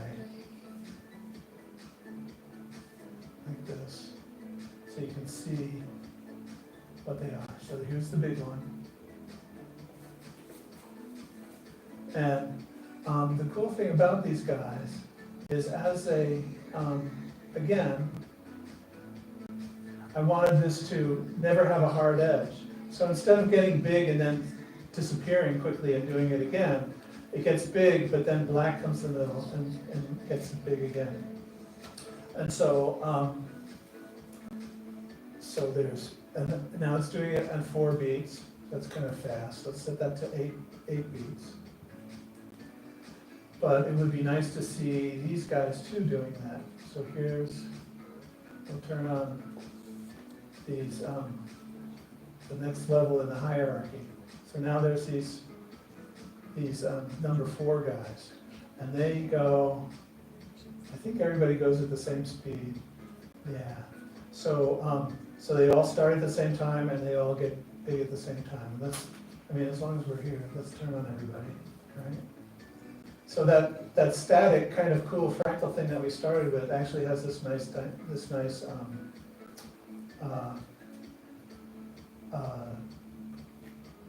dynamic behavior. And squares are great, but it's pretty cool if you can turn them, like they can be turning around and making these interesting intersections. Let's set them back to 0. Or how about different shapes? Again, circles, or crosses, or these nice triangles. And so they all generate different appearances. Here's some hearts for us. So, so I'll just show you a cool look that's based on that effect. so naturally, this good old program has a means of creating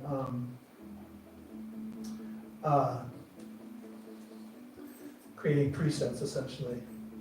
So that was cool thing number 8 was the hierarchical shapes. And now I'm using the hierarchical shapes. It's not quite doing exactly what I want because this guy's not turned up high enough. And neither is him. Okay, great. Neither is he. And so, so now, how am I mixing this? Well, it's also blending back to 0. That's because way back here, remember, we set his self to go to the guy behind him. We just want him to be himself all the time, so we'll blast him up a little bit. And we don't need this feedback thing. He's in my face. Okay, so yeah, we're changing the color of this background. I mean, we're seeing the fractal squares, but what are we really seeing here? We're not seeing like black and white. I'm using the fractal squares to alter the background image in a cool way. And in this case, I'm changing just the luminance of the pixels underneath the squares. So what does that mean? It stays the same color, but instead of being dark, it's bright. And so that's cool thing number 9. Because sometimes these black and white effects are really intrusive, but when you can blend them over a scene, they can form new contours and work in a really interesting way.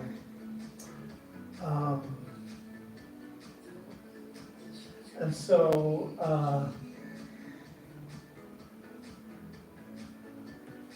we'll go back to my list of effects, and one more cool thing. At least one more cool thing. So say, let's come out here and choose a column that's got nothing going on. Or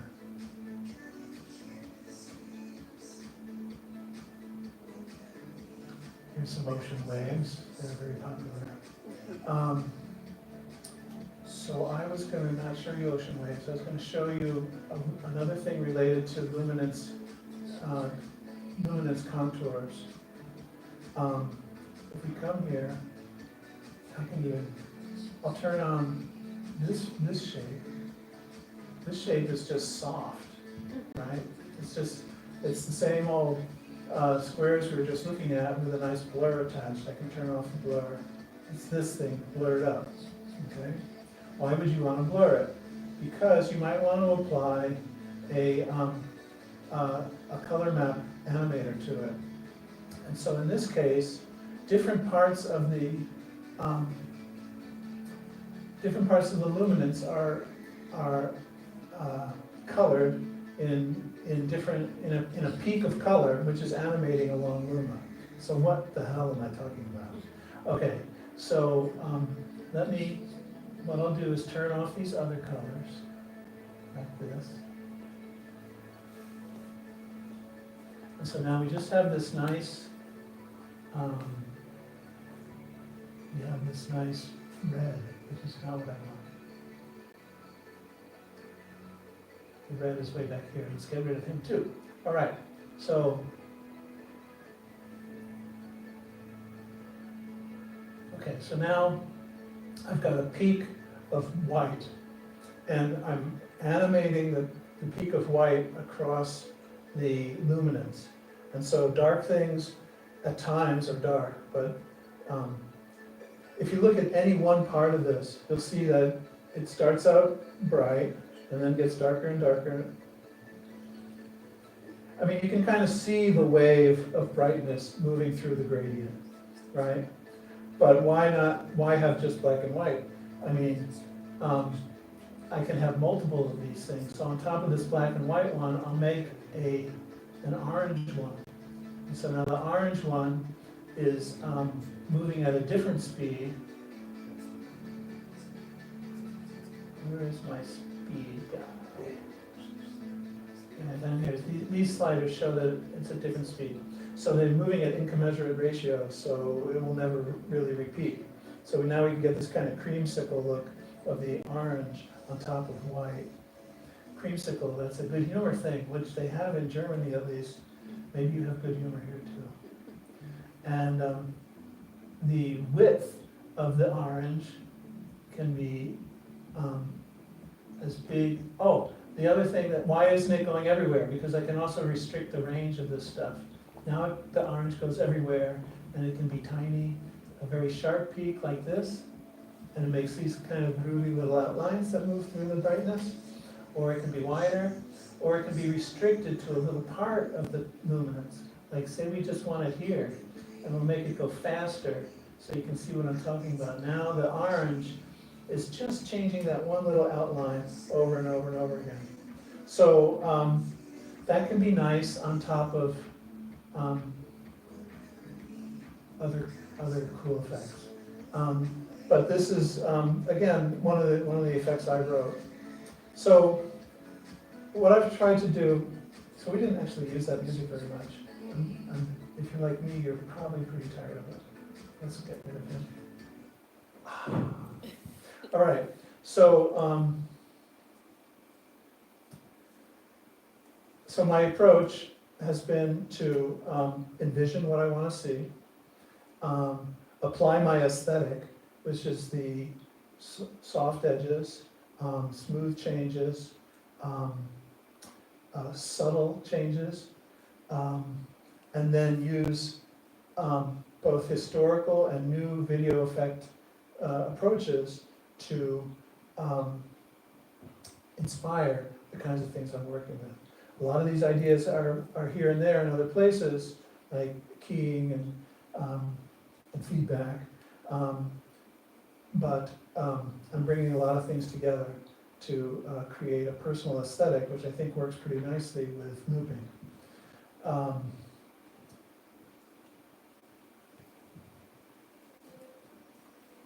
There's a lot more to do here. Computers have more and more powerful GPUs. You've heard about them for AI. They're essentially very powerful array processors. They're super well accommodated. They're just designed just for this kind of crap.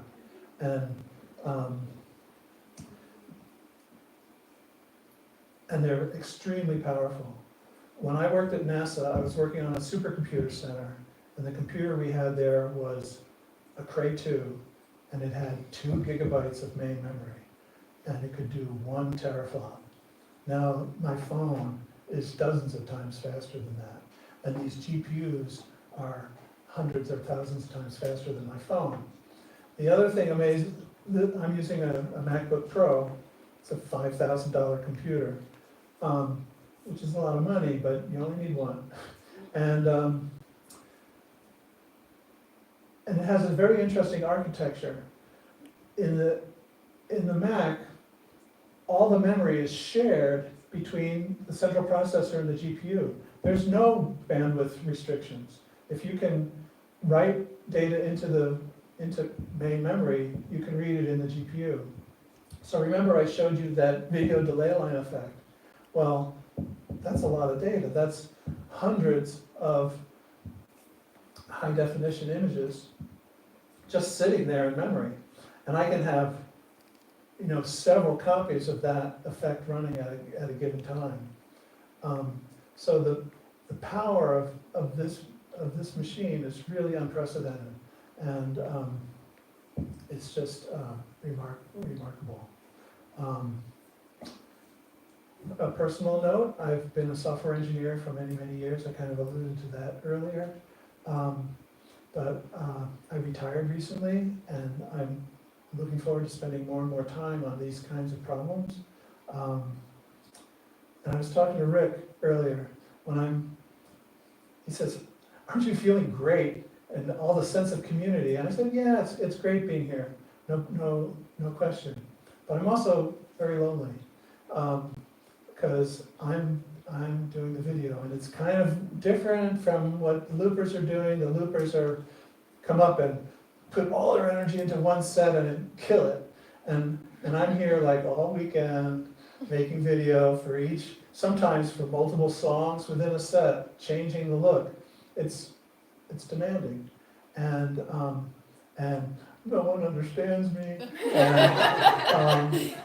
And even though people are appreciative and they say, wow, that looked really great, I'm by myself.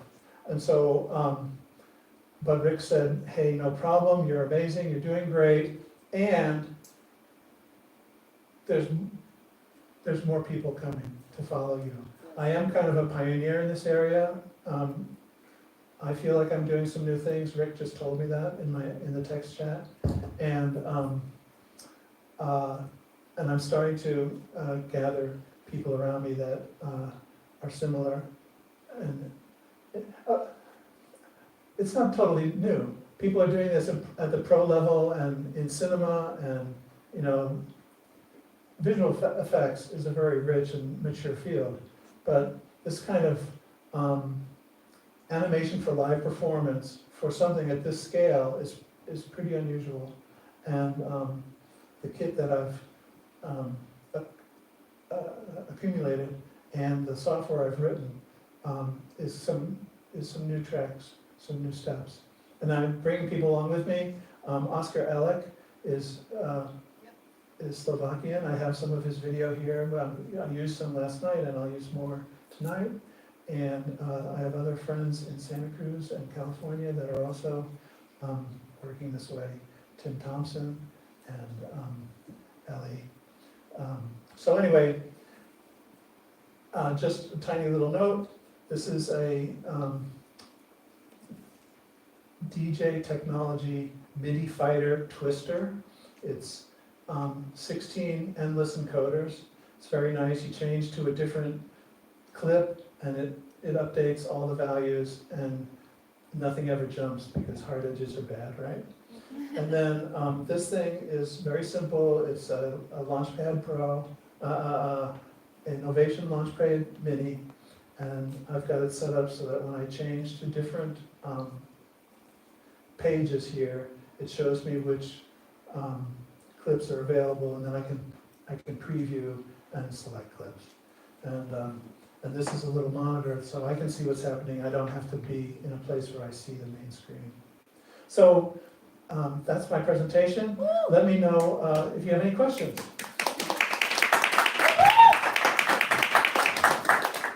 There is indeed some questions. Here you go. Hello, David. Hello. I want to ask you some things. First of all, I want to thank you for a beautiful psychedelic presentation. Thank you, I appreciate that. And I want to ask you if you programmed all this program or just the effects? Good, that's an excellent question. As I get older, I'm not so interested in building everything from the ground up. And so this is a commercial program called Avenue, like the street you walk down, and by a company called Resolume. And it's a powerful framework for combining image processing tools. Thank you. And I want to ask you one more question. Does this program work just under Mac or also under PC? I'm not sure. Yeah, I'll leave you to research that. There's a number of things that do stuff like this. A very famous one is Touch Designer. And Touch Designer is another way of connecting processing elements for both audio and video and seeing the result live. I like this because it's very focused on performance. And the UI is already, it's got a pretty strong metaphor for combining these things. And the MIDI mapping is very straightforward. I can click, twist, and now I've got a new MIDI map. And that has helped me a lot recently. Thank you. Thank you. Hi, David. I would have a ton of questions. So I just asked the artistic, philosophical one, and maybe we can speak later, because I have a lot. but you worked also for my set yesterday, and I was so disappointed not to have a tiny screen to see what you were doing. Yeah. This is so annoying to me. So I really want to know, not what you did because there is a video, luckily, and I will see it gladly. But I would love to know what's your artistic approach, because you showed us all of these pictures, but how do you choose them, and what do they mean to you? Because I know how I pick my choice in terms of music. So as a musician and a visual artist, how do you combine the things? What do they mean to you? And is there a difference that you can never fulfill for that? Thank you. Yes, that's a really interesting and challenging question. There's probably many aspects to what I'm thinking about as I'm working, but I can think of two right away. One is kind of semantic. If the person, like I think it was Peter, was playing these kind of folky songs, right? And it felt kind of like, 60s flower power folk rock. And so that made me kind of want to have, flowers and bright colors and kind of an upbeat thing. So I do have some flowers from my backyard, and I've got some sky and other things that sort of worked with that to give so that's like I'm happy, like the music itself was happy and the images were not threatening, and so there's the images have a semantic meaning in many cases, and you can kind of adapt that. The other choice I make is kind of about rate of change. In Romano's work, he's playing drums, and there are percussive elements that are happening multiple times a beat in many cases. For that, you want kind of you do want some higher spatial frequencies in the imagery to reflect the energy and the rate of change and how fast things are moving. If you've got stripes and they're coming past an edge, as they pass that, they'll create a rhythm, bum, bum, bum, bum, bum, bum, bum, a little visual rhythm. And so if there's something happening in the music around that rate, you'll have it'll fit what's happening a little better. If the music is a giant didgeridoo and the changes are very slow, well, I can do that too. That's, we have these cloud-like motions or soft edges in the picture, or just the rate of change of things in the scene can be slower. So, that's at least two ways. Certainly color is pretty powerful. Pastels with low contrast is another way to change that relative to saturated colors with light and dark in the same image. Things like this. It's wonderful. Thank you very much. You're welcome. Some more questions for David. Yeah?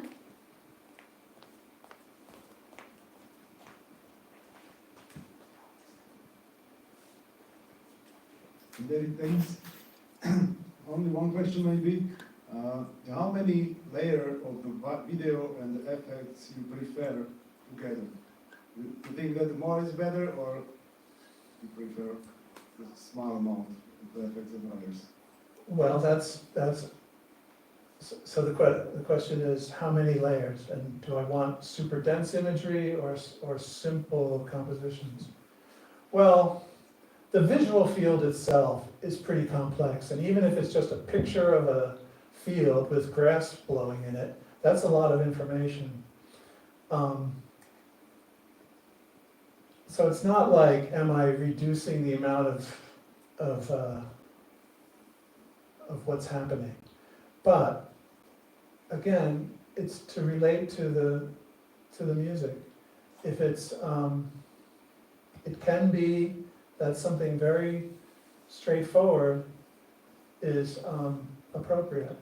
and maybe just a couple of effects, just a color shift, or keying out some annoying bright glint or something, might be all I need.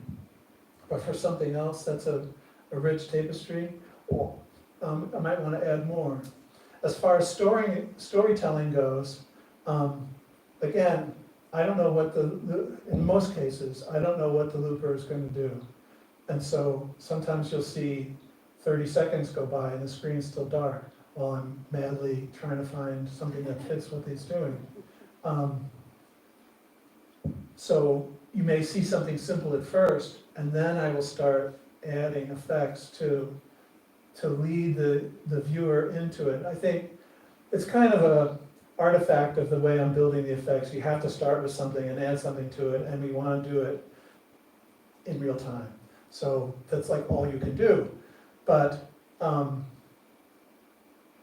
it also serves kind of a way of leading the viewer into what's happening.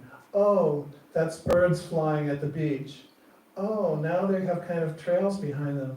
Oh, now I see some ripples that's in the sky. What's that coming from? So it's a way of introducing novelty and maintaining interest and following the music. Oftentimes the music is building the same way. The loopers are doing the same thing. They'll start with something very simple and add elements. So that's another way that this art that I'm doing does map fairly nicely to what loopers are doing.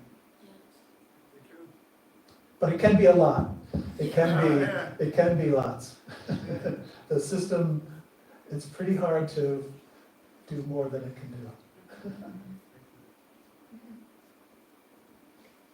Any other comments, questions, impressions?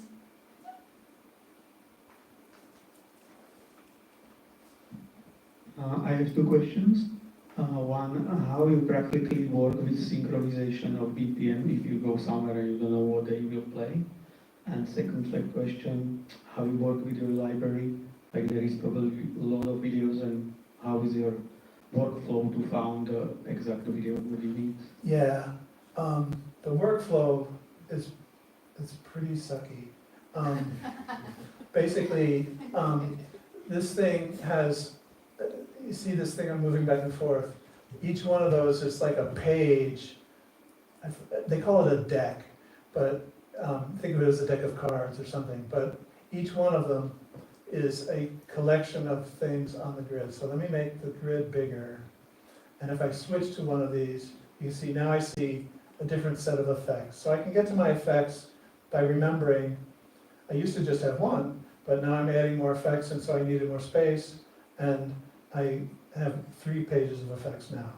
As far as the video is concerned, I have kind of a flat, one-level, linear space of categories.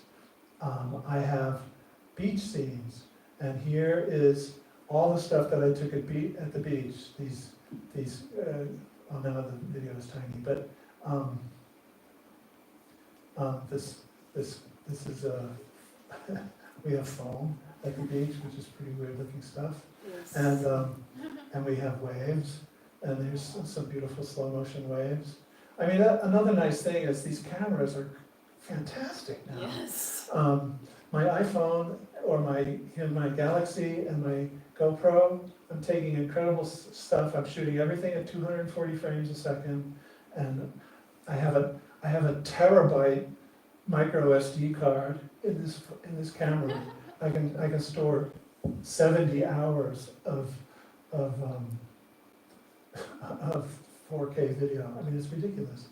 Okay, and so so basically, I just have a bunch of these categories. Flyovers. These are like moving the camera around interesting little eroded cliffs, and forest scenes. You know, it's taking a long time to bring up the previews because I'm using a compression format that can be shared between this application and Touch Designer, which is it's a point of friction in the workflow. But this is basically it, and right now it's kind of manageable. If this gets any worse, it's gonna be harder. But on the other hand, you want to be updating your video library.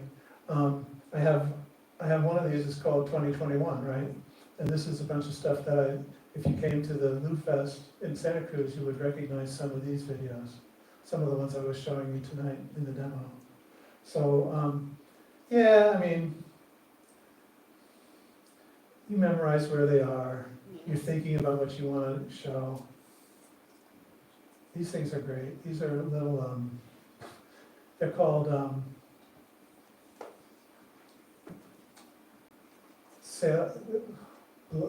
blow-away sailors or something. They're little invertebrates that fly on the top of the water and they blow around. And you know, you key this down until you just have the dots, and then you change the color of that, and then you use that as feedback. It's really nice. Oh, and so that was one question. And the other question. What about the BPM synchronization? Oh, yes. Well, it has tap tempo, and so that gets you pretty close.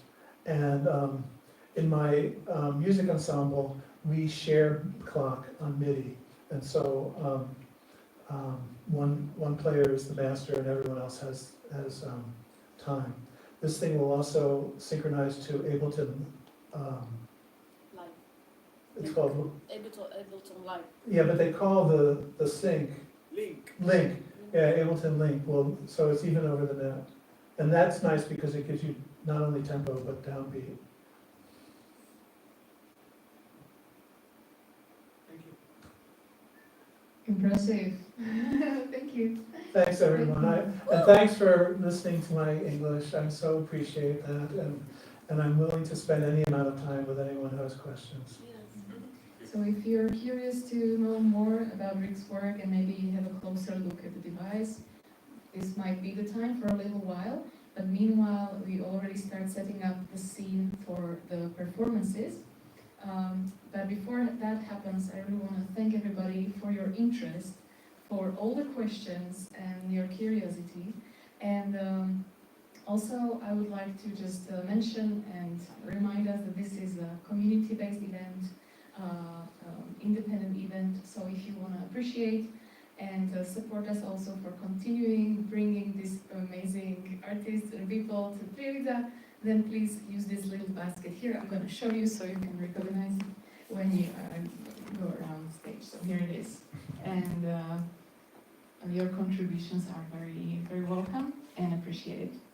And for the next program, we start at 7, and we're going to have 4 performances tonight. It's going to be Rodion San Lion, then ecnegrU, and then me, and then Dada, Juan Carrizo.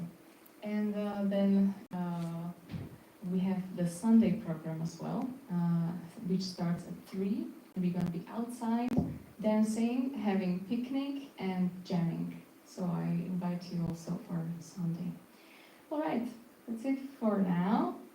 Let's set up the stage for the next phase, and I hope to see you here in roughly an hour, right? Yeah. Thank